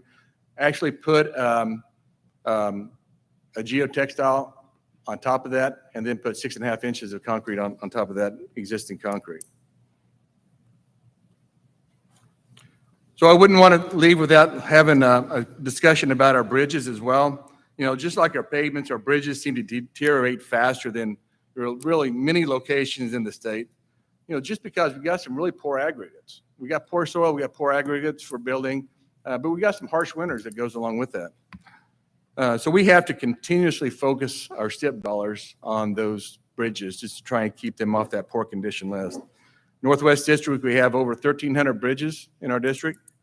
So in the past year, this graph actually shows that we have what we call a poor condition list. We rate those, our bridge engineers rate those, and depending on the rating of those, they get on what we call a poor condition list. That's not a list you want to be on. In 2019, we had 220 of those. We've been working diligently to get those reduced to down by 52. To this year, we're at 168. So how do we make it happen? Well, a lot of the success has to go with Governor Parsons' focus on bridges. We actually completed those. Our section of it is completed. 48 of those bridges in the Northwest District were done. And then there's the Farm Bridge Build Program. It's a design build bridge bundle program that really it's in cooperation with the Northeast and the Northwest. The Northeast actually administers that, but 9 of those bridges in the Northwest District have been completed. And then we have the Northwest Bridge Bundle. It's another design build bridge bundle that we're working on. That's anticipated to improve 34 bridges really in the eastern portion of our district. So right here in that Chillicothe and north and south of there. Area Engineer Michael Marriott, he's here with us today. Michael, yep, there you go. Cool. Now, Michael Marriott, I guess kudos to him. He kind of wears 2 different hats. He's the area engineer, I guess by day, maybe project director by night. I don't know how that works, but he is the project director for this Northwest Bridge Bundle as well. He plans to be coming to you in December for recommendations on award of those bridges so we can actually make some improvements of more poor condition bridges. So how do we sum this one up? So in the past 5 years, the Northwest District, you know, what did we do as far as trying to make those reductions at 52? 193 bridges were improved in the last 5 years. Over $130 million, over $130 million was invested in our bridges to make that happen with those 193. Now keep in mind, there's 193 bridges. It took 193 bridges to get 52 reduction off that poor condition list, just because, unfortunately, we have bridges coming on that poor condition list all the time.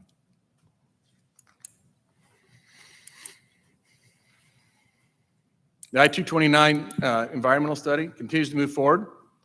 It's one of those we have identified an alternative that would remove the double-decker, and it places the new roadway on existing ground and the existing alignment. The city of St. Joe and the St. Joe MPO, they're behind this. Now we're waiting for our consultants. They're wrapping up the environmental documents. They plan to be submitting that to the Federal Highway Administration next month for their review and approval. And then we also, you know, our area engineers work very diligently with our communities to try and partner with them to provide improvements to our system as well. Got the city of Brookfield received a cost share to add turn lanes on Route 11 for some future development. Herzog Contracting received the governor's cost share. They're going to add turn lanes at the intersection of Messany and AC for some safety improvements. The city of Cameron received a cost share to make intersection improvements along with some new signals at the intersection of Highway 36 and Bob Griffin Road. Then we also have the city of Maryville, along with the Northwest Regional Council of Governments. They actually applied and received a planning grant that actually developed the plans that makes improvements to Highway 46 in the future.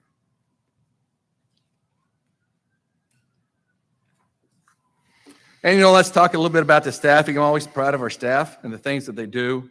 Even though it has been difficult to try and hire people in the past few years, it would have been even more difficult if it wasn't for the staff, the recruitment time that they went out attending job fairs at local high schools and universities. Staff also, volunteer to go to local elementary schools, promoting the Buckle Up, Phone Down and the Smart Rider program. They realize that if we can educate children at an early stage about safety, it can make a huge impact on them. And then recently, our Northwest Coalition for Roadway Safety was recognized, or actually they recognized 6 of our counties, Atchison, Carroll, Caldwell, Grundy, Mercer, and Sullivan counties, for 0 fatalities in 2022. We really appreciate what these communities and the traveling public do for choosing safe driving behaviors. And I wouldn't also want to leave without, first giving a huge shout out. What I'm going to say are dedicated employees in the Northwest District. I'm really proud of really what they can accomplish and the amount of work that our employees perform. In Kansas City, our neighboring district down there, they struggled to find staff to fill trucks during winter operations. 46 Northwest employees volunteered to go down each winter event to help out during the winter storms. And then, this spring, they did it again. We had Northwest employees go down to help our MoDOT co-workers in Kansas City to help clean up the debris and stuff in preparation for the NFL draft. Other amazing facts and achievements, last year, our program delivery team, our design, construction, planning team, they delivered the largest STIP and low-volume roadway package in the history of the district. More than $243 million in projects were awarded. When all that was going on, we talk a little bit about maintenance operations. Our maintenance operations, when a great infusion of $53 million with our governor's focus on rural roads, but that actually made our operational guys and gals change their work plans. We had to start focusing a lot on how do we get these roadways prepared and ready for the contractor services. So last year, our maintenance operations, they had a record year. They placed over 100,000 tons of asphalt and over 30,000 linear feet of concrete pipe or pipe replacements, just in advance of the governor's focus on rural roads.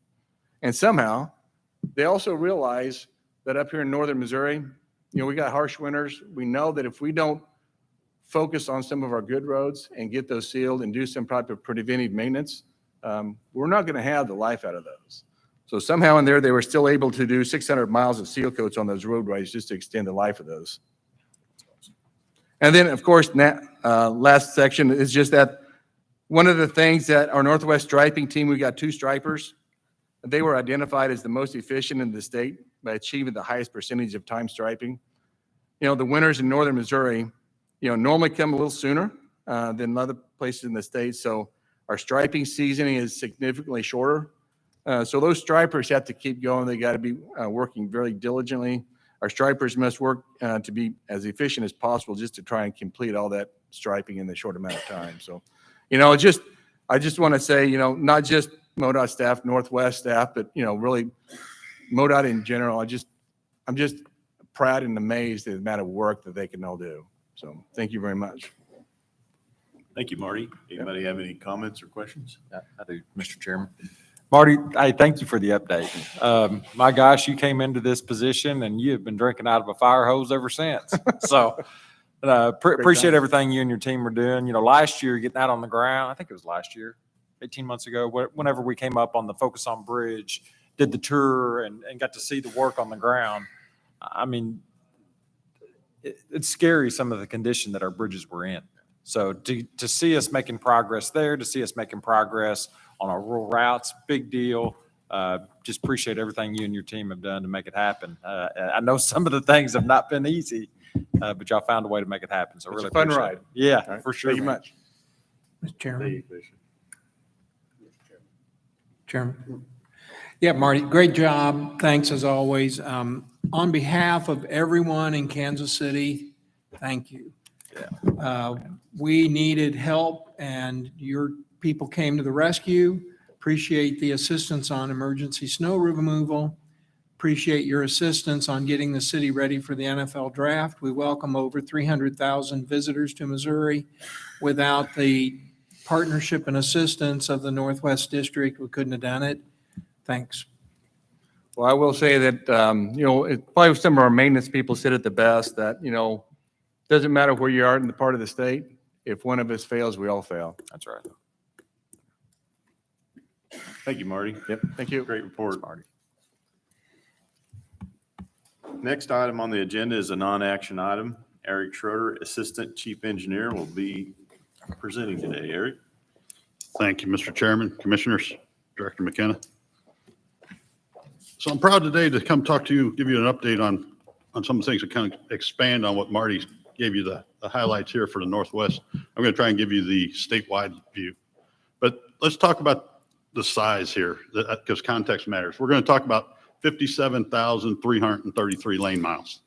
That's what comprises the minor and low volume part of our system. 57,000 lane miles, right? That's about 74% of the lane miles in Missouri. It's where about 24% of the travel occurs, though, in Missouri. So, that's a huge number. So to put that a little more into context, if you're going to drive 24 hours a day, it'll take you 43 days to drive across all those lane miles. Now, Mr. Smith at breakfast told me you better drive a Ford if you're going to do that, but that's another matter. So if you don't want to drive 24 hours, say you just want to drive 8 hours a day, it's 130 days of driving, never leaving the state of Missouri, and never leaving a state-maintained road in Missouri if you're going to travel across all these lane miles. I think that's important because the context and the size of this great asset we have in Missouri is important.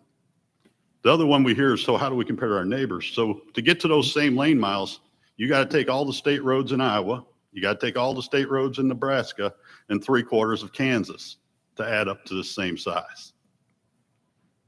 So think about that for a minute. This great asset, and we heard earlier, what drives this state, right?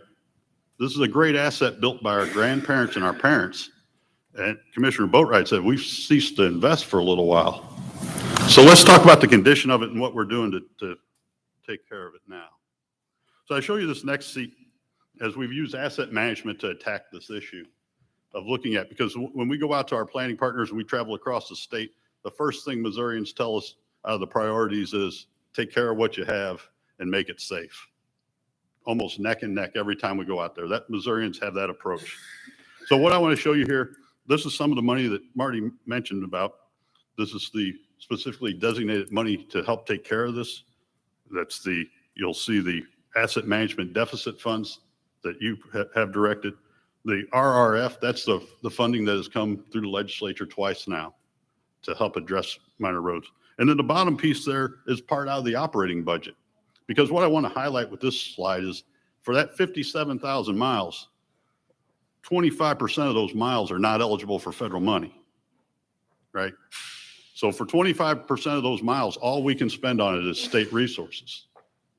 The other 75% of those miles, we put down 20% and we can get 80% from the federal government. We can leverage that and go a lot farther. But of this system, this part of the system, 25% of it is not eligible for federal dollars. That's what increases the strain and the difficulty in funding this. So what's the plan? What are we doing? What are we doing?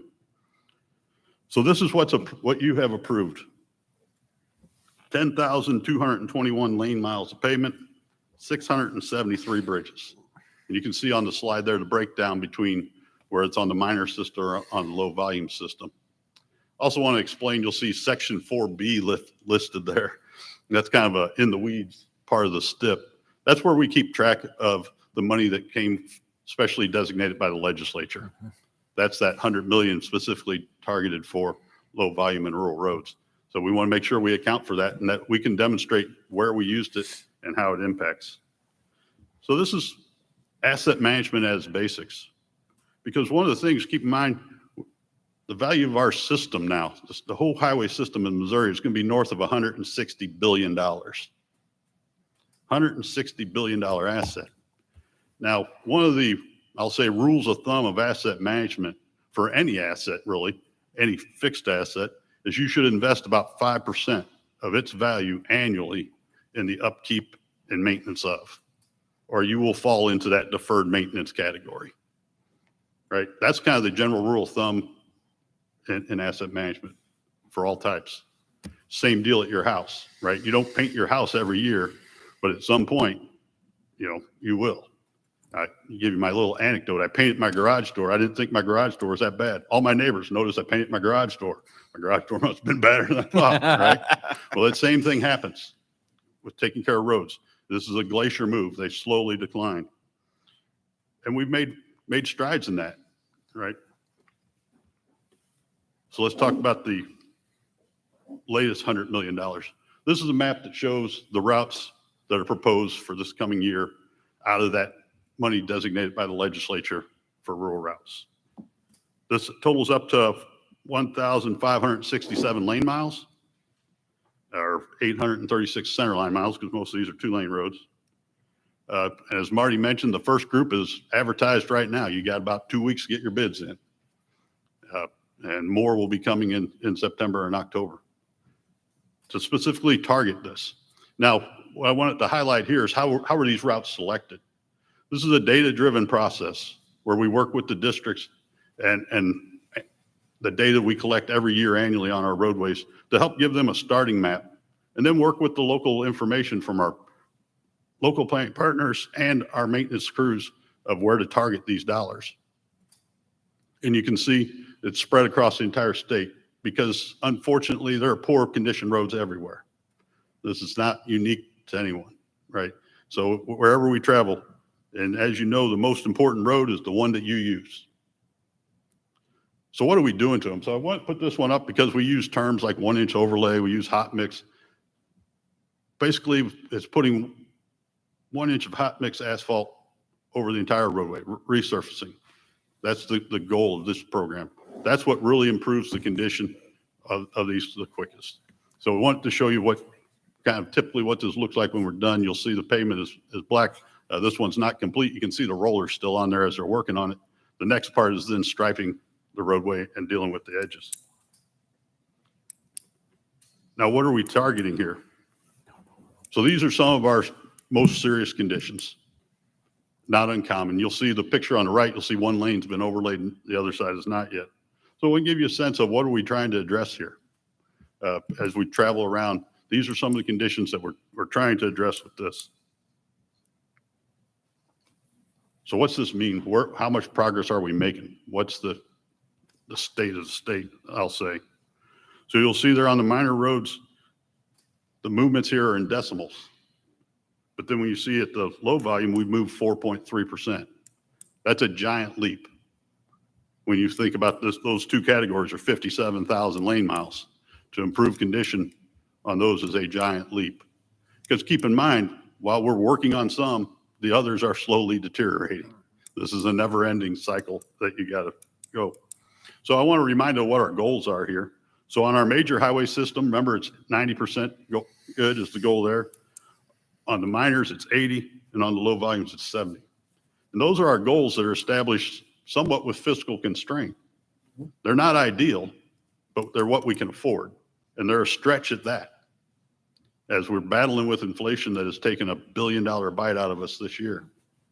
So often we get asked, well, why would you have a goal that doesn't have everything in perfect condition? Well, one, we can't afford it. The other one is you don't get the full value of the asset then. You're resurfacing roads too soon, right? So we got to be realistic in this approach, and that it's got to be fiscally constrained in the money that we have available at any given time, and that we're getting the best value for all of it that we do invest. So let me show you some charts to kind of break it down. The numbers aren't really the part. I want you to kind of see that we're making movement. So this is broke down by regions of the state. And this one here is the low volume for each region of the state. The one that dipped is in St. Louis. You'll see it, but that's 9 miles, right? So it's a very small segment there. But this one here, the minor system broke down by regions of the state. Because one of the things we tackled with this asset deficit was trying to make sure that similar roads in similar settings across the state bring a similar driving experience for all Missourians.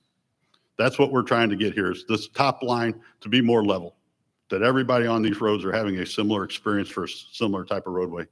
We're getting there. It takes time, but we are making progress.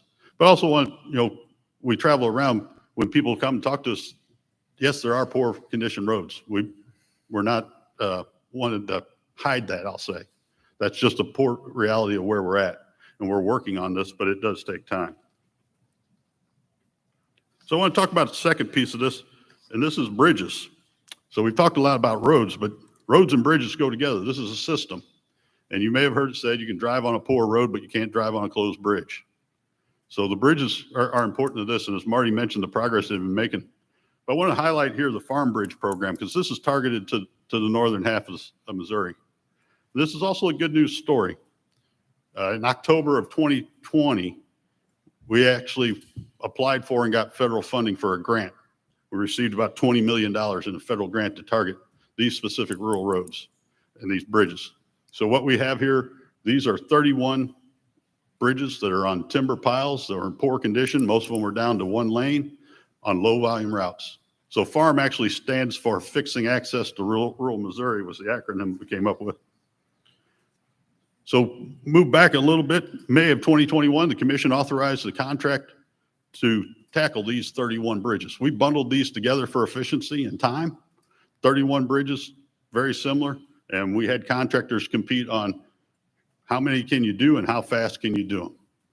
Our winning contractor has been underway now. But I want to remind you of what some of these look like that we're replacing, right? So the edges are gone. The railings are barely hanging on. You got timber piles. One's got a whole timber bent there. And if you look down at the ground line, a lot of that timber pile is rotted away. These were in desperate need, but these were bridges that were difficult to prioritize over poor condition bridges on a higher volume route, similar to what Marty was talking about. So we had places where we had bridges with more volume of traffic on them that were closed. Well, we had to tackle those before we could get to those. So this grant program, and by adding $5 million of Missouri money to that, that's how we were able to tackle this segment that wouldn't happen otherwise. So what's going on out there? So typically these are being replaced back in the same spot, close the road, get in, get out, going back in with galvanized pile bents often. Here's another one. This is one I like just from the engineering point of view. So this is also, not only did we talk about speed and value here, but also innovation. So this is an approach we've also come up with, working with designers in our bridge department, a way to handle how we account for live and dead load. I won't go too far down the path here, but I love it. To making sure our girder size can be manageable and have an integral end bent. And in this case, they're actually galvanized, the girders.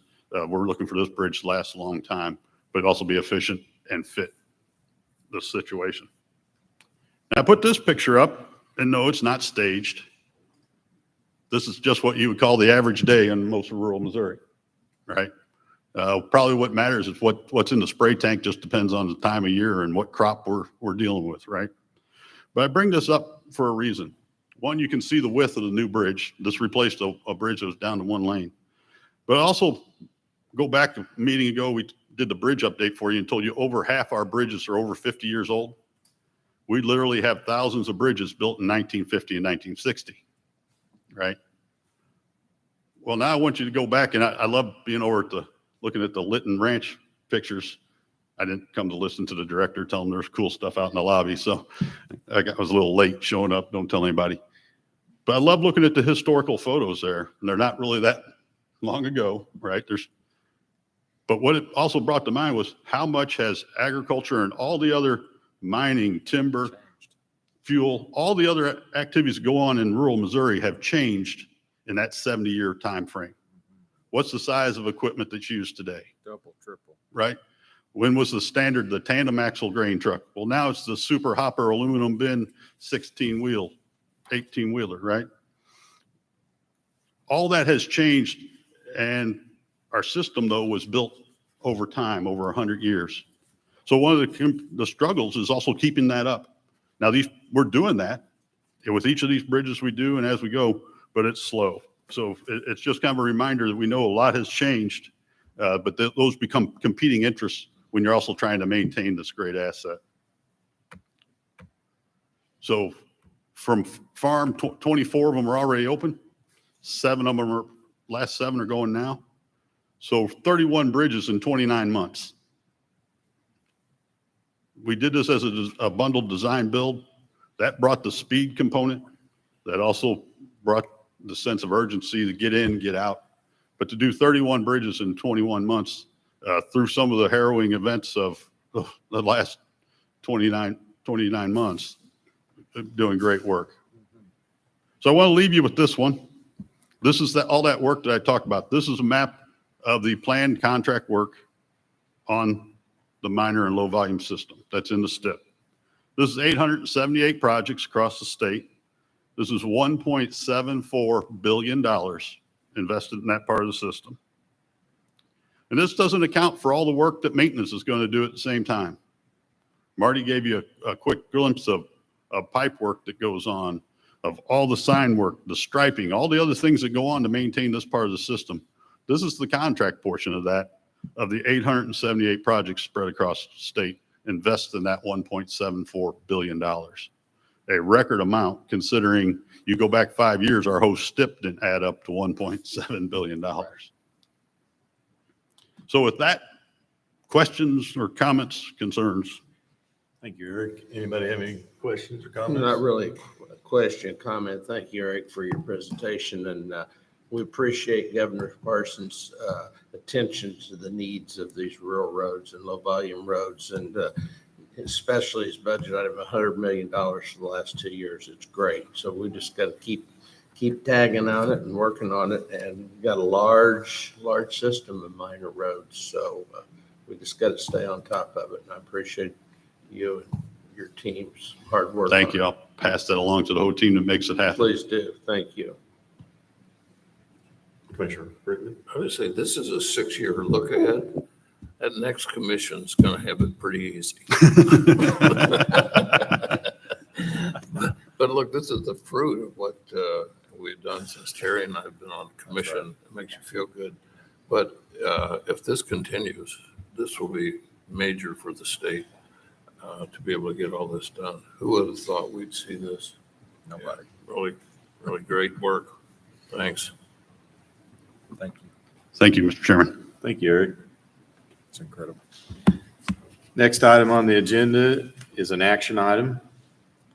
Brandon Dinkler, Assistant to the Chief Administrative Officer, will present the medical plan funding recommendations. Brandon? Thank you. Good morning, Mr. Chairman, Commissioners, Director McKenna. Appreciate the opportunity to be here with you today to give you an update as it relates to our medical plan. I'll end this presentation today with a couple action items, ask you to approve the recommendations from the medical board for calendar year 2024 on both our plan design and our funding level requirements. Oh, the presentation's not up there. All right. So I'll start off with a little background on the plan and the commission's participation in the plan. So the commission has participated in employer-sponsored healthcare for employees and retirees of the Emperor's Retirement System since 1978. So well over 40 years of participation in this plan. The plan's governed by a medical board of trustees that meets on a monthly basis to review plan design, plan experience, and then administer it throughout the year. The board's made up of 8 delegates. It's got 4 active MoDOT employees, 2 active Highway Patrol employees, and then a retiree representative from each one of the organizations. Currently, enrollment sits just over 25,000 individuals. So that's employees, retirees, and their families that are covered by this plan. 62% of that population is made up by our active employees and their families. One task that the board has is to maintain our third-party administrators, which is where most of our money is spent. So these are administrators that process claims on our behalf for our members, pay those claims, and send that cost to us. We're currently in year 5 with our contract with Anthem on our medical side, processing our medical claims. Last month, you approved a future contract with Anthem beginning next year that'll set us in place for 3 more years at least, continuing that relationship. And then on the pharmacy side, we have MedImpact as a third-party administrator. We're currently in our 9th year with MedImpact, processing pharmacy claims on our behalf, being year 10 in 2024. Those long-term relationships help us keep the stability that we've seen in the plan over the last couple of years, and we hope to see moving forward. One attachment that you have in your packet is attachment 4 in the backup material. This shows the planned funding that we have seen over the last 5 years. So it starts with 2017, but it really look at 2018 where we see a jump in funding. So in 2018, that was the last year the commission actually approved an increase in premium contributions for the medical plan. Since then, we've remained stable and required no premium increases and been able to stabilize ourselves as a medical plan. In that year, the commission also absorbed the cost of the increase for that year for the active employee population. By doing so, you set us at our current split where the commission contributes 82% of the premiums for an active employee for their health care, and the employee picks up the other 18%. But if you look at calendar year 22 and the 2 years prior, the commission contributed just shy of $90 million to the health plan through the employers. Employees contributed just shy of $40 million in 2022. Even though we've kept premiums stable for the last 6 years, you're seeing a decrease in our overall funding since 2020 as it's slowly going down. 2022 was an almost 2% reduction in overall premiums paid, mostly due to the lack of employees that we have, not only at MoDOT, but also in the Highway Patrol. And that lower population is really bringing down our funding levels. So despite keeping those level, we're seeing decrease in funding while seeing increase in costs. Looking back at plan experience leading up to 2017, which on the next slide would show you where we sit on reserve levels. The reserve level or the net position that we have for the plan is how we look at the stability of the plan overall. Leading up to 2017 was financially challenging, as you'll see is a very low reserve level, actually a reserve level that's lower than the recommended funding for a plan of our size to be able to move forward. Due to your continued support, we were able to stabilize the plan in the years following and have remained stable since then. But our stability has started to weaken since 2020 with the impact of COVID-19, as well as the impact of increasing costs from inflation. We've also seen a decrease in funding from lower populations. We're starting to see plan losses over the last 2 years. In June, we met with our plan actuary to go over the outlook for the remainder of 2023, as well as how 2024 should look for us as well.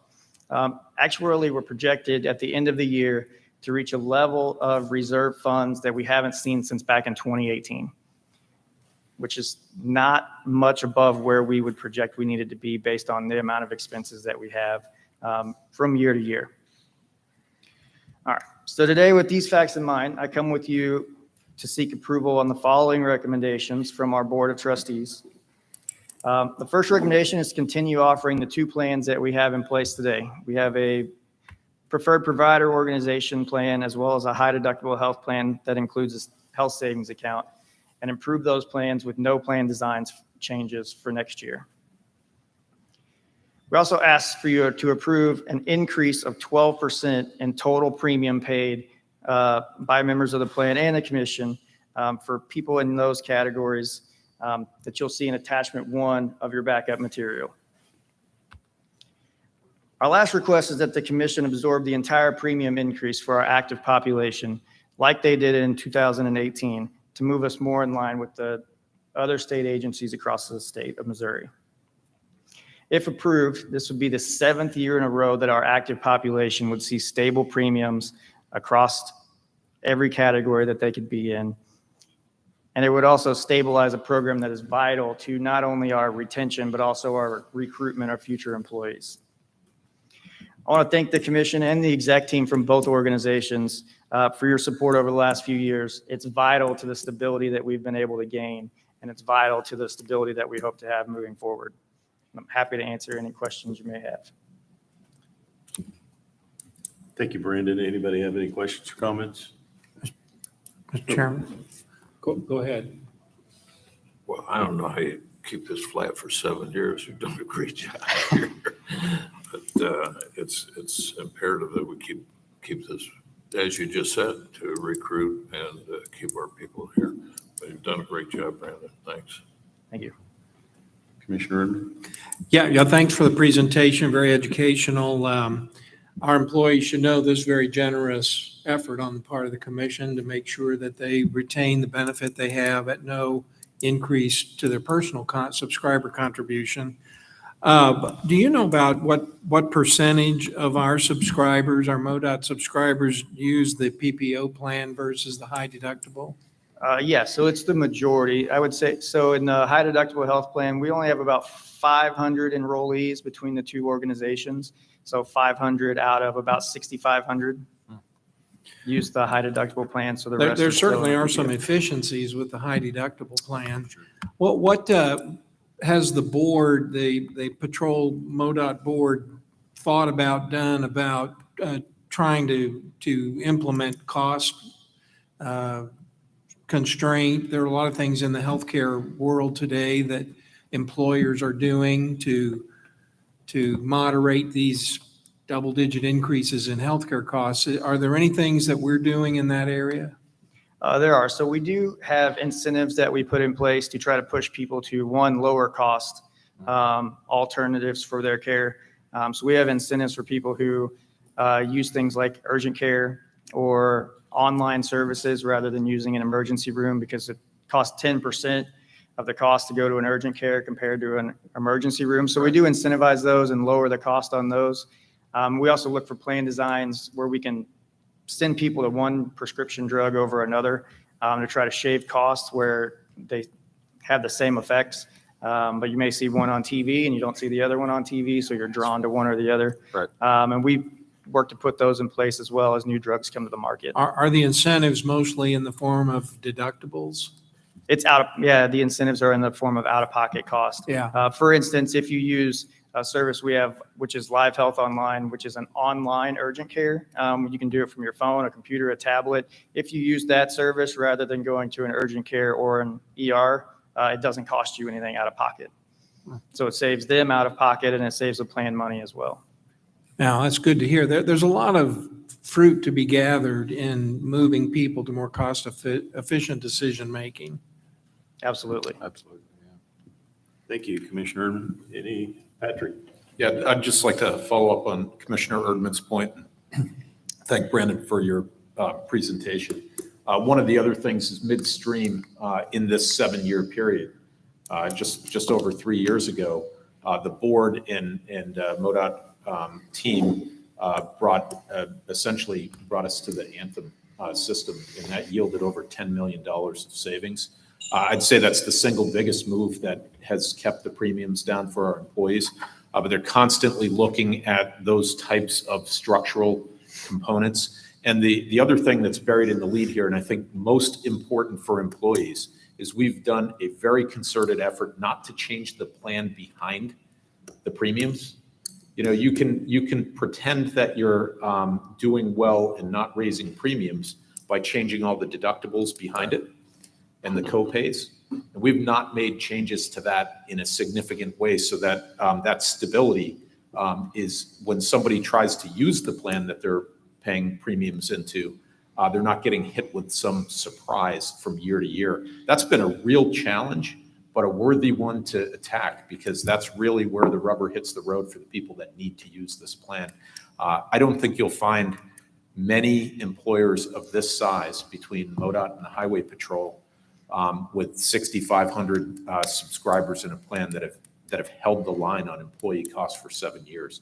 I'm really proud of what Brandon and the team and those that came before him have done. This is a self-insured plan, and we have to fund this, and it's important work, and it's very important for retention and for attraction of employees. So the commission's support has been tremendous, and we appreciate it. Okay, I entertain a motion on the 3 action items that Brandon presented. So moved. Second. Been moved and seconded. Is there any further discussion? All those in favor of the motion signify by saying aye. Aye. All opposed, same sign. Motion passes. Wonderful. Thank you. Thank you, Brendan. Thank you. Next up, we have Todd Grosner, Financial Services Director, will present the appropriations request and supplemental appropriations request. Thanks, Todd. Good morning, Chairman Ecker, Commissioners, Director McKenna. Appreciate the opportunity to be here today. You know, as a finance guy, any chance to get out of the office is a good day for me. I'm here today to seek your approval of our appropriations request for next year's legislative session. It's for multiple House bills for fiscal years 24 and 25. Now, I know the packet you've been given is a little bit bigger than it has been in previous years for this commission item, and I could say I'm sorry, but I'm not, because what a great problem to have, you know? The fiscal year 2025 appropriations request for House Bill 4 is $8.3 billion, and it is almost $400 million, or 5% more than the fiscal year 2024 budget. In comparison, last year in Springfield, when I presented this to you, that request last year was $4.9 billion. So it's about 40% less than what we're presenting today. We're also requesting $11 million of additional spending authority for fiscal year 2024. The presentation today I'll be providing is showing you some of the significant increases in our request for this year. This timeline here kind of gives you an idea of the whole process throughout the year. The current process we're doing today is highlighted in red, kind of in the middle there on the top. Process of compiling this appropriation request started way back in March, though, on the left-hand side. Divisions and districts all working together closely with financial services to pull this information together. We are required by law to submit our request to the state budget director on October 1.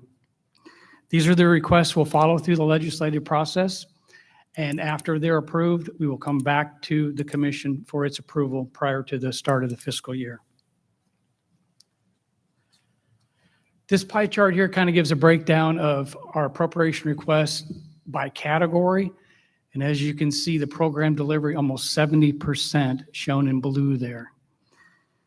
The refunds and transfers, which make up about 13% shown in that kind of purple pie piece, these are mostly transfers that are needed to move money between funds for accounting purposes. And the smallest, you can't even see it so small up there, is administration at 0.4%, less than 0.5%. Our request includes additional funds to continue implementing the market plan, which advances employees toward market competitive midpoints based on tenure and performance. We're requesting additional positions in program delivery, multimodal administration, to be able to deliver the transportation projects that have been designated and funded by the General Assembly.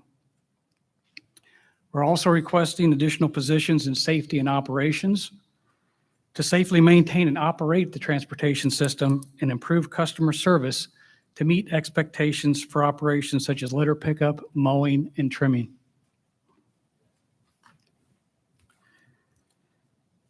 We're requesting an increase in the safety and operations budget of $11 million for roadside contracts to mow, sweep, remove litter, and relocate homeless camps. These contracts will supplement what our existing employees are doing to help improve our customer service to meet these expectations. We mow about 400,000 acres of grass a year, which is equivalent to 300,000 football fields. And we are struggling to meet our customers' expectations for roadsides. We are also requesting $3 million for additional safety behavioral programs such as distracted and impaired driving, seat belts, car seats, speeding, and other risky driving behaviors. We're requesting an increase of $277 million for the program delivery budget for contractor payments and consultant design work. We've talked about it numerous times this morning, how our construction program just continues to hit historical levels with our additional funding. And the $14 billion STIP you guys approved last month. And I think sometimes that number gets lost on people. And I know we have a lot of new people working at, young people working at MoDOT now. And I try to stress that $14 billion number. That is a staggering number to be spending on transportation over a 5-year period. We've talked earlier about where we've been, but to be where we are now, it is incredible. We're also requesting $9 million for federal research contracts. Our General Assembly designated funded projects, that's a new buzzword for MoDOT. I'm glad we've got it. This request includes reappropriations of those monies from 24 to 25, because many of these projects will take multiple years to complete. Road and bridge projects include $2.8 billion for the I-70 program, $100 million for rural routes, which we've heard quite a bit about that this morning, $20 million for an I-44 environmental study, and $12 million for an I-55 outer road in Jefferson County. We also have multimodal projects included in these, $37 million for the Kansas City Port, and $11.4 million for airport improvements at Warrensburg, Rosecrans, and Cape Girardeau. Requesting an increase for our fleet, facilities, and information system budget, which includes $2.5 million for way station improvements on I-44 at St. Clair. We'll be adding some acceleration, de-acceleration lanes, and $6.3 million for rest area improvements to address ADA needs and truck parking on I-55 near Fruitland and Bloomsdale, I-29 at Dearborn, I-35 at Lathrop, and I-70 at Boonville. We're requesting the reappropriation of the $50 million of general revenue and $10 million of potential federal revenue for the safety improvements on our railroad crossings that are not on the state highway system. This will allow us to spend any money that is remaining at the end of fiscal year 24 to be able to be spent in fiscal year 25. For aviation, we're requesting the authority to spend additional federal funds received through formula and discretionary grant allocations. Transit, increase for funding for additional program expenditures due to supply chain issues of items that were purchased possibly in prior years and will be delivered in fiscal year 2025, and matching funds for rising cost of vehicles. For passenger rail, we're requesting the cost to cover inflation for 2 trains a day and additional spending to compete for potential federal grants could expand the system. We're asking you to approve the 4 appropriation requests as stated in your materials. And as I mentioned, there's quite a few more action items than there has been with this. With the different appropriation bills, though, they've been broken out as shown on this slide here and in your backup. Are there any questions that we can address for you? Anybody have any questions or comments for Todd? Mr. Chairman, Todd, thank you. This enormous increase in a single year really exemplifies what we've been talking about today. that we're making up for deferred maintenance for decades. So it's a huge jump, but it's a good thing, and it's something that is made necessary by the deferral of maintenance. I'm particularly pleased to see us acknowledging and increasing our commitment to operations and maintenance. Coming from the railroad industry, maintenance and operations are always a top priority. I'm pleased to see we're making progress there. I think customer service is an increased expectation. Applaud that. Tremendous work as we look to reappropriate the massive amounts of general revenue that were appropriated this year for these projects. Job well done and good luck. I hope you get it all. Thank you, sir. Thank you. I would entertain a motion to approve the recommendations. So moved. It's been moved and seconded. Is there any further discussion on the motion? All those in favor of the motion signify by saying aye. Aye. All opposed, same sign. Motion passes. Thank you, Todd. Thanks, sir. Thanks, Todd. It's now time for the public comment period. Members of the public who do not schedule a presentation before the commission may speak to the commission on transportation-related issues by having signed in at the registration desk by 9:30. Is there any public comments?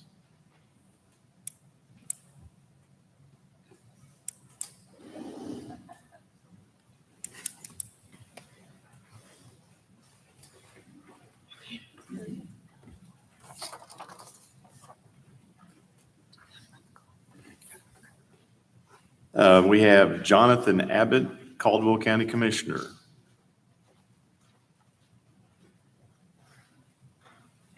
he still here? Yeah, I'm still here. I'll be first. Oh, you're the only one that signed up, so. No way. Sweet.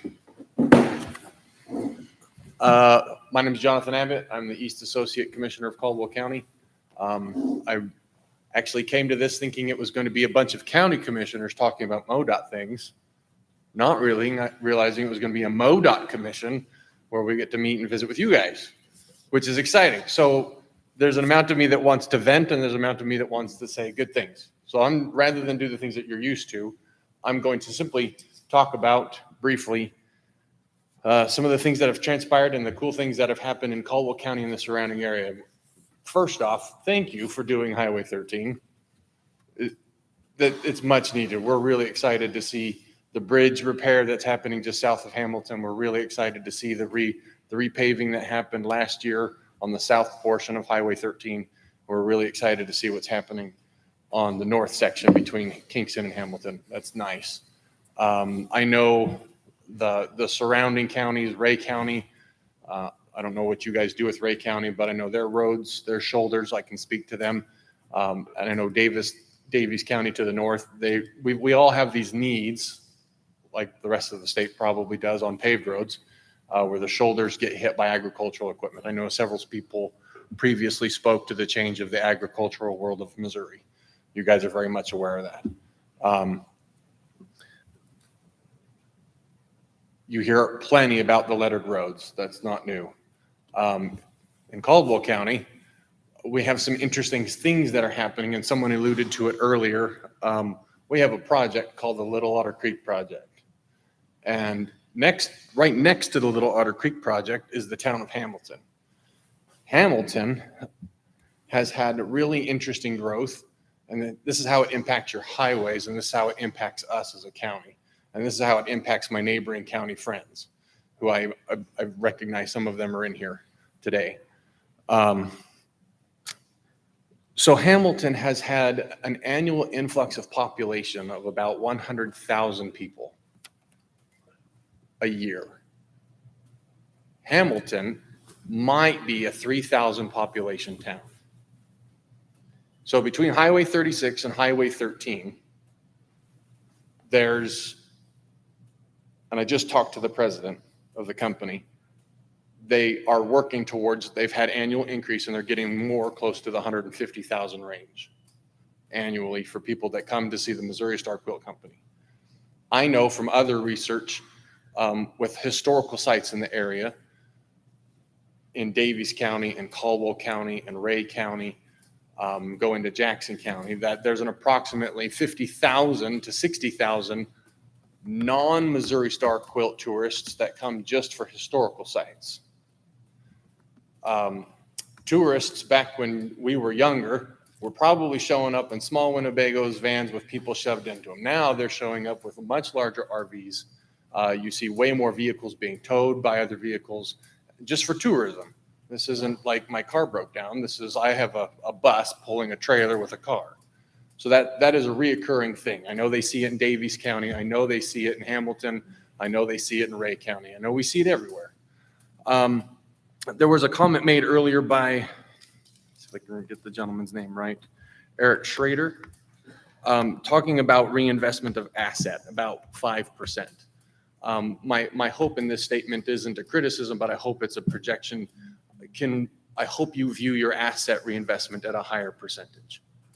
5% seems a little low. I'm a cop. My other profession is a cop. So if you were to go and tell Highway Patrol, excuse me, we would like you to reinvest 5% into your training of your officers, does that seem like good reinvestment of your Highway Patrol? Probably not. If an officer who's got the commission to potentially take the life of someone. If I might, I don't want to interrupt, but I think the comment was about the asset condition increasing by 5%.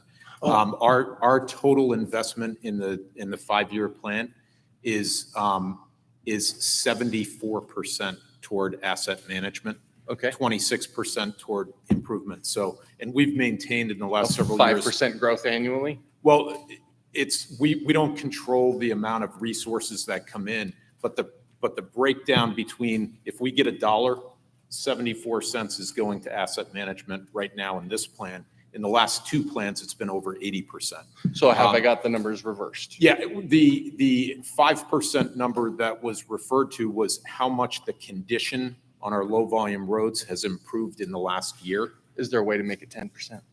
More money. Yes. Okay. Yeah, absolutely. Okay, so thank you for correcting me, because another person I was sitting next to, when we heard 5%, we looked at each other and said, that seems like a really low number.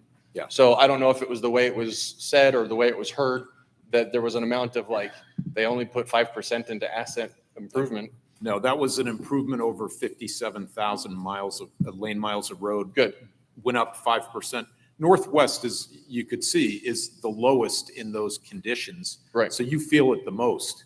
And the commission has very specific instruction to us to balance the typical road and bridge experience of Missourians, no matter where you are.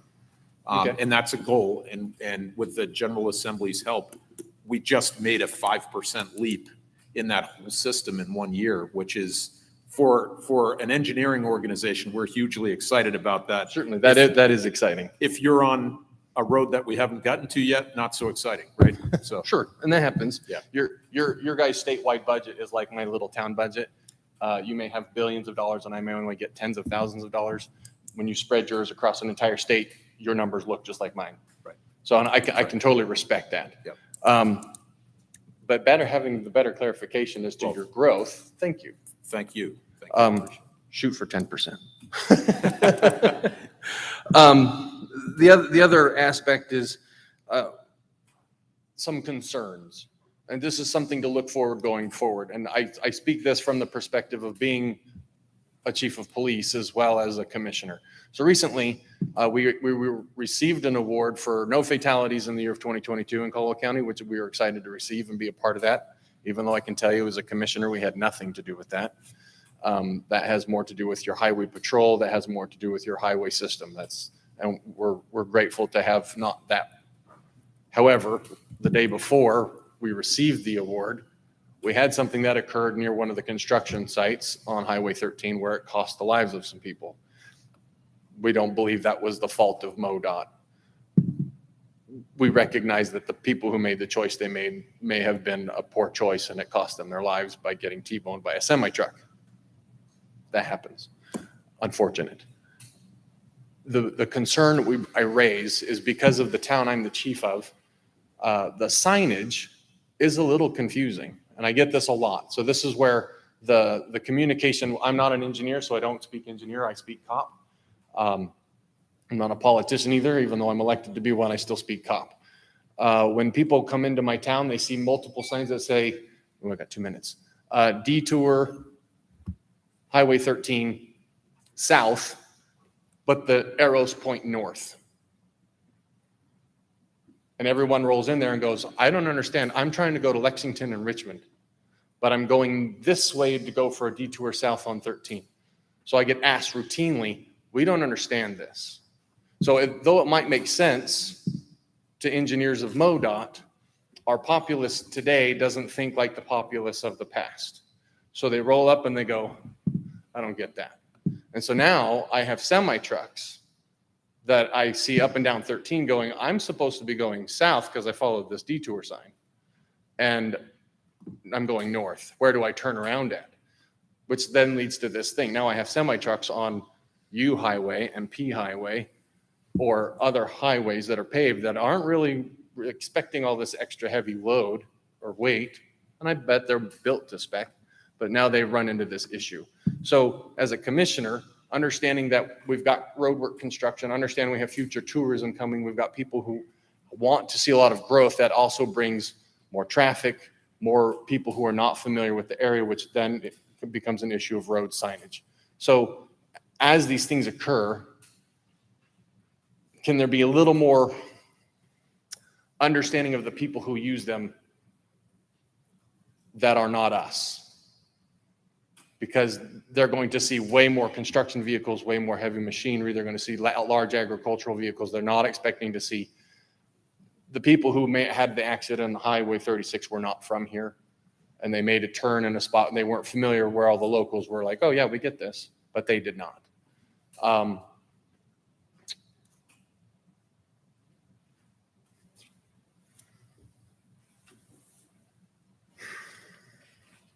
We're excited to see the growth that we're having in Northwest. I know Caldwell County is not the only county with growth, and I know I'm out of time. I chewed a couple of your minutes. So, yeah. Is that okay? Thank you. From the perspective of law enforcement, if I heard the comment about morale, there is an aspect of approach and training. I don't know MoDOT for a lick of beans on training and working. I used to work over the road. I used to be a heavy equipment operator. I was an owner-operator truck driver, coast to coast. I've done jewelry, marketing, advertising, Hollywood acting, police work. I grew up in the military. I've lived all over.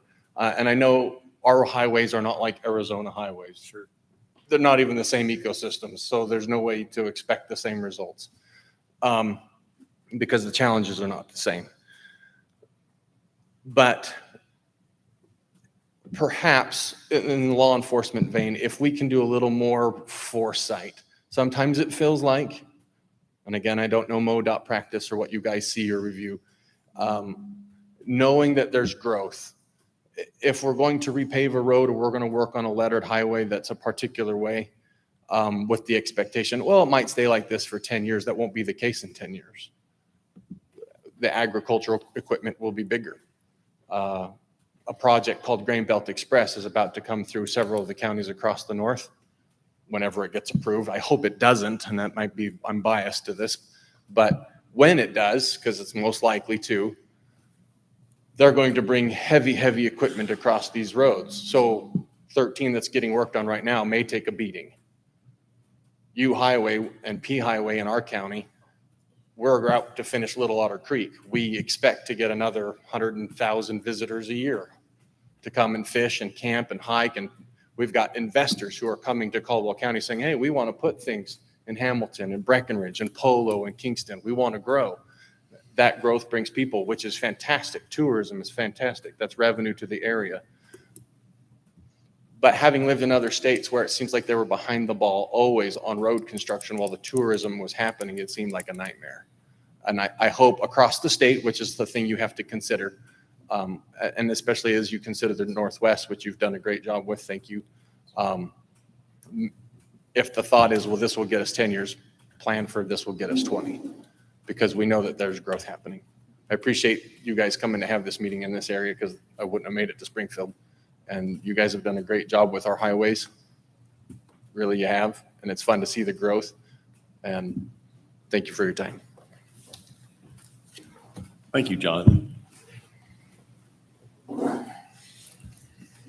So typically at the end of each meeting, we like to provide an opportunity for each commissioner to share any concerns or comments. And today I'm going to start with Commissioner Brinkman. Thank you, Mr. Chairman. I'd like to thank Ed and everybody last night for what a wonderful reception we had. We've been to a lot of receptions, but that was particularly nice. We appreciate the dinner that they had set up for us. Also, I'd like to thank Director McKenna for recognizing the injustice that's been for previous 139 employees. That was no small effort. Yeah. We all saw his emails and the leadership that he provided. Thank you. Yeah. And I'll finish with what I always finish with. 3 people are going to die today here in Missouri. 2 of them are not wearing seatbelts. Everybody go and tell 10 people that, because nobody believes it. Thank you, Commissioner Brinkman. Commissioner Boatright. Thank you, Mr. Chairman. I just want to reiterate, with the position that we're in Missouri right now is very exciting.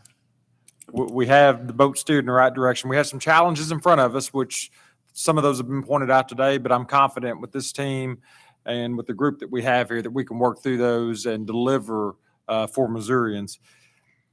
One thing that I did want to say on where we're at as far as MoDOT being agile and able to deliver, this unfunded needs list that the commission started a few years back, outside of that 5-year step, identifies projects, real projects that need to be done throughout the state of Missouri. And it gives our folks in the General Assembly a packet of a list of items that they can fund if they choose to do so. And the reason that we've gotten to that point is because of the support of folks like this in the room that go to those folks in the General Assembly and say, hey, this is important to us. This is what we need in our region. I've got this unfunded need. Let's find a way to get it funded. That's how we've gotten to this point. So thank each and every one of you for doing that. I will say that my confidence in this team at MoDOT to deliver this huge $14 billion step is very high. We have work tools in Missouri through our design build process, which is the best in the country, bar none, hands down. Our folks that we have in the engineering sector that are that work for MoDOT, our folks in design, we have the team to deliver this, and we're going to deliver it. And the time frame that we've got's tight on I-70 and a lot of these different projects that we have throughout the state, but it's going to be very exciting to see those delivered. And it's going to be even more exciting when the General Assembly sees those delivered and continues to invest in Missourians and continues to invest in this infrastructure that enables us to do what we do. So thank each and every one of you. Thank you, Mr. Chairman, for the time. Thank you, Commissioner Boatright. Commissioner Erdman. Thank you, Mr. Chairman. This is the point in the meeting where I think about what are my takeaways. And from the public testimony, the elected officials, the presentations, to me, the takeaways are 2. One, Missouri has an enormous network of highways, enormous, bigger than states, much bigger in population than our state. A lot of reasons for that. It goes back to the 50s, I think. But we have 57,000 miles of these rural highways, and it's a huge obligation to maintain them, but it's also a huge cost. And so I hope people will take away from this that as compared to other states, we have an enormous responsibility there. The number of highways we have that in many other states would be county roads or gravel roads. They are an asset because they're paved, but they are also an obligation, and it takes a lot to maintain them. And the second takeaway I have from this testimony today is the consequence of ignoring investing in transportation. When you ignore the investment in transportation for decades, like we did in Missouri, there's a consequence, and we're feeling it. Now, the good news is we finally are able to address it, and we're doing it aggressively and in a big way, but we're catching up. And so some of the disappointment that you hear at meetings like this comes from the fact that we're catching up for years as a state of not investing in transportation. But thank goodness to the governor and to the legislature and for the fuel tax that we finally have, we're starting to do that. So thank you for the opportunity, and I'll yield it to Greg. Thank you, Commissioner Smith. Thank you, Mr. Chairman and Commissioner Erdman. I think Ed's lost, but I want him to know that I appreciate the nice words that he said about the commission. And, you know, this is a volunteer job. I've volunteered for 10 years and 2 months, and we try to do everything to please everything across this state. We talk about all of these projects and all this, but you know, our number one priority is safety. And we need to keep the Tobler family in our thoughts and prayers. You know, that's someone's son, someone's brother, someone's husband, and a daddy to 3 little kids. So, one 13 months, one about 8, one about 10. So we can talk about all these bridges and all these roads. That's my number one priority, to make sure those people go home safe. Thank you. Thank you, Commissioner Smith. As usual, whenever it comes to the last person, there's usually not much to say. So I think everybody said it pretty eloquently of how deeply saddened we are with loss of an employee. I want to thank the Chillicothe Chamber for hosting us and helping us organize a meeting, and Mr. Douglas, and getting to have a meeting at the Slice Bread Center was interesting and nice to see. I want to thank Senator Black and Representative McGaugh and Representative Hurlson for meeting with us this morning. Congratulations to Eric on retirement. Have fun. And thank you to all the presenters that we've had today. And then I also want to thank former Commissioner Tom Waters for coming and joining us today. And I know he just misses us and couldn't stand not seeing us. So, and with that, I want to say buckle up and phone down, and everybody be safe going home, and everybody be safe the rest of the summer. Mr. Chairman, one other thing I forgot to mention because I got too involved in that, but we're sitting here on the eve in the Jerry Litton Center on the eve of his death 47 years ago on August 3rd, 1976. Yeah. I was just looking at that a while ago. I'm sorry. Thank you. And Mr. Chairman, if I could say that there are 3 people sitting up here that have had either recent or pending birthdays. Chairman Brinkman, yourself, and Pam. So I'd like to wish a happy birthday to all, and thank you all for your service. 4th, that's right. All right. Happy birthday. So if there's no other business, I'd entertain a motion to adjourn. So moved. Second. All those in favor say aye. Aye.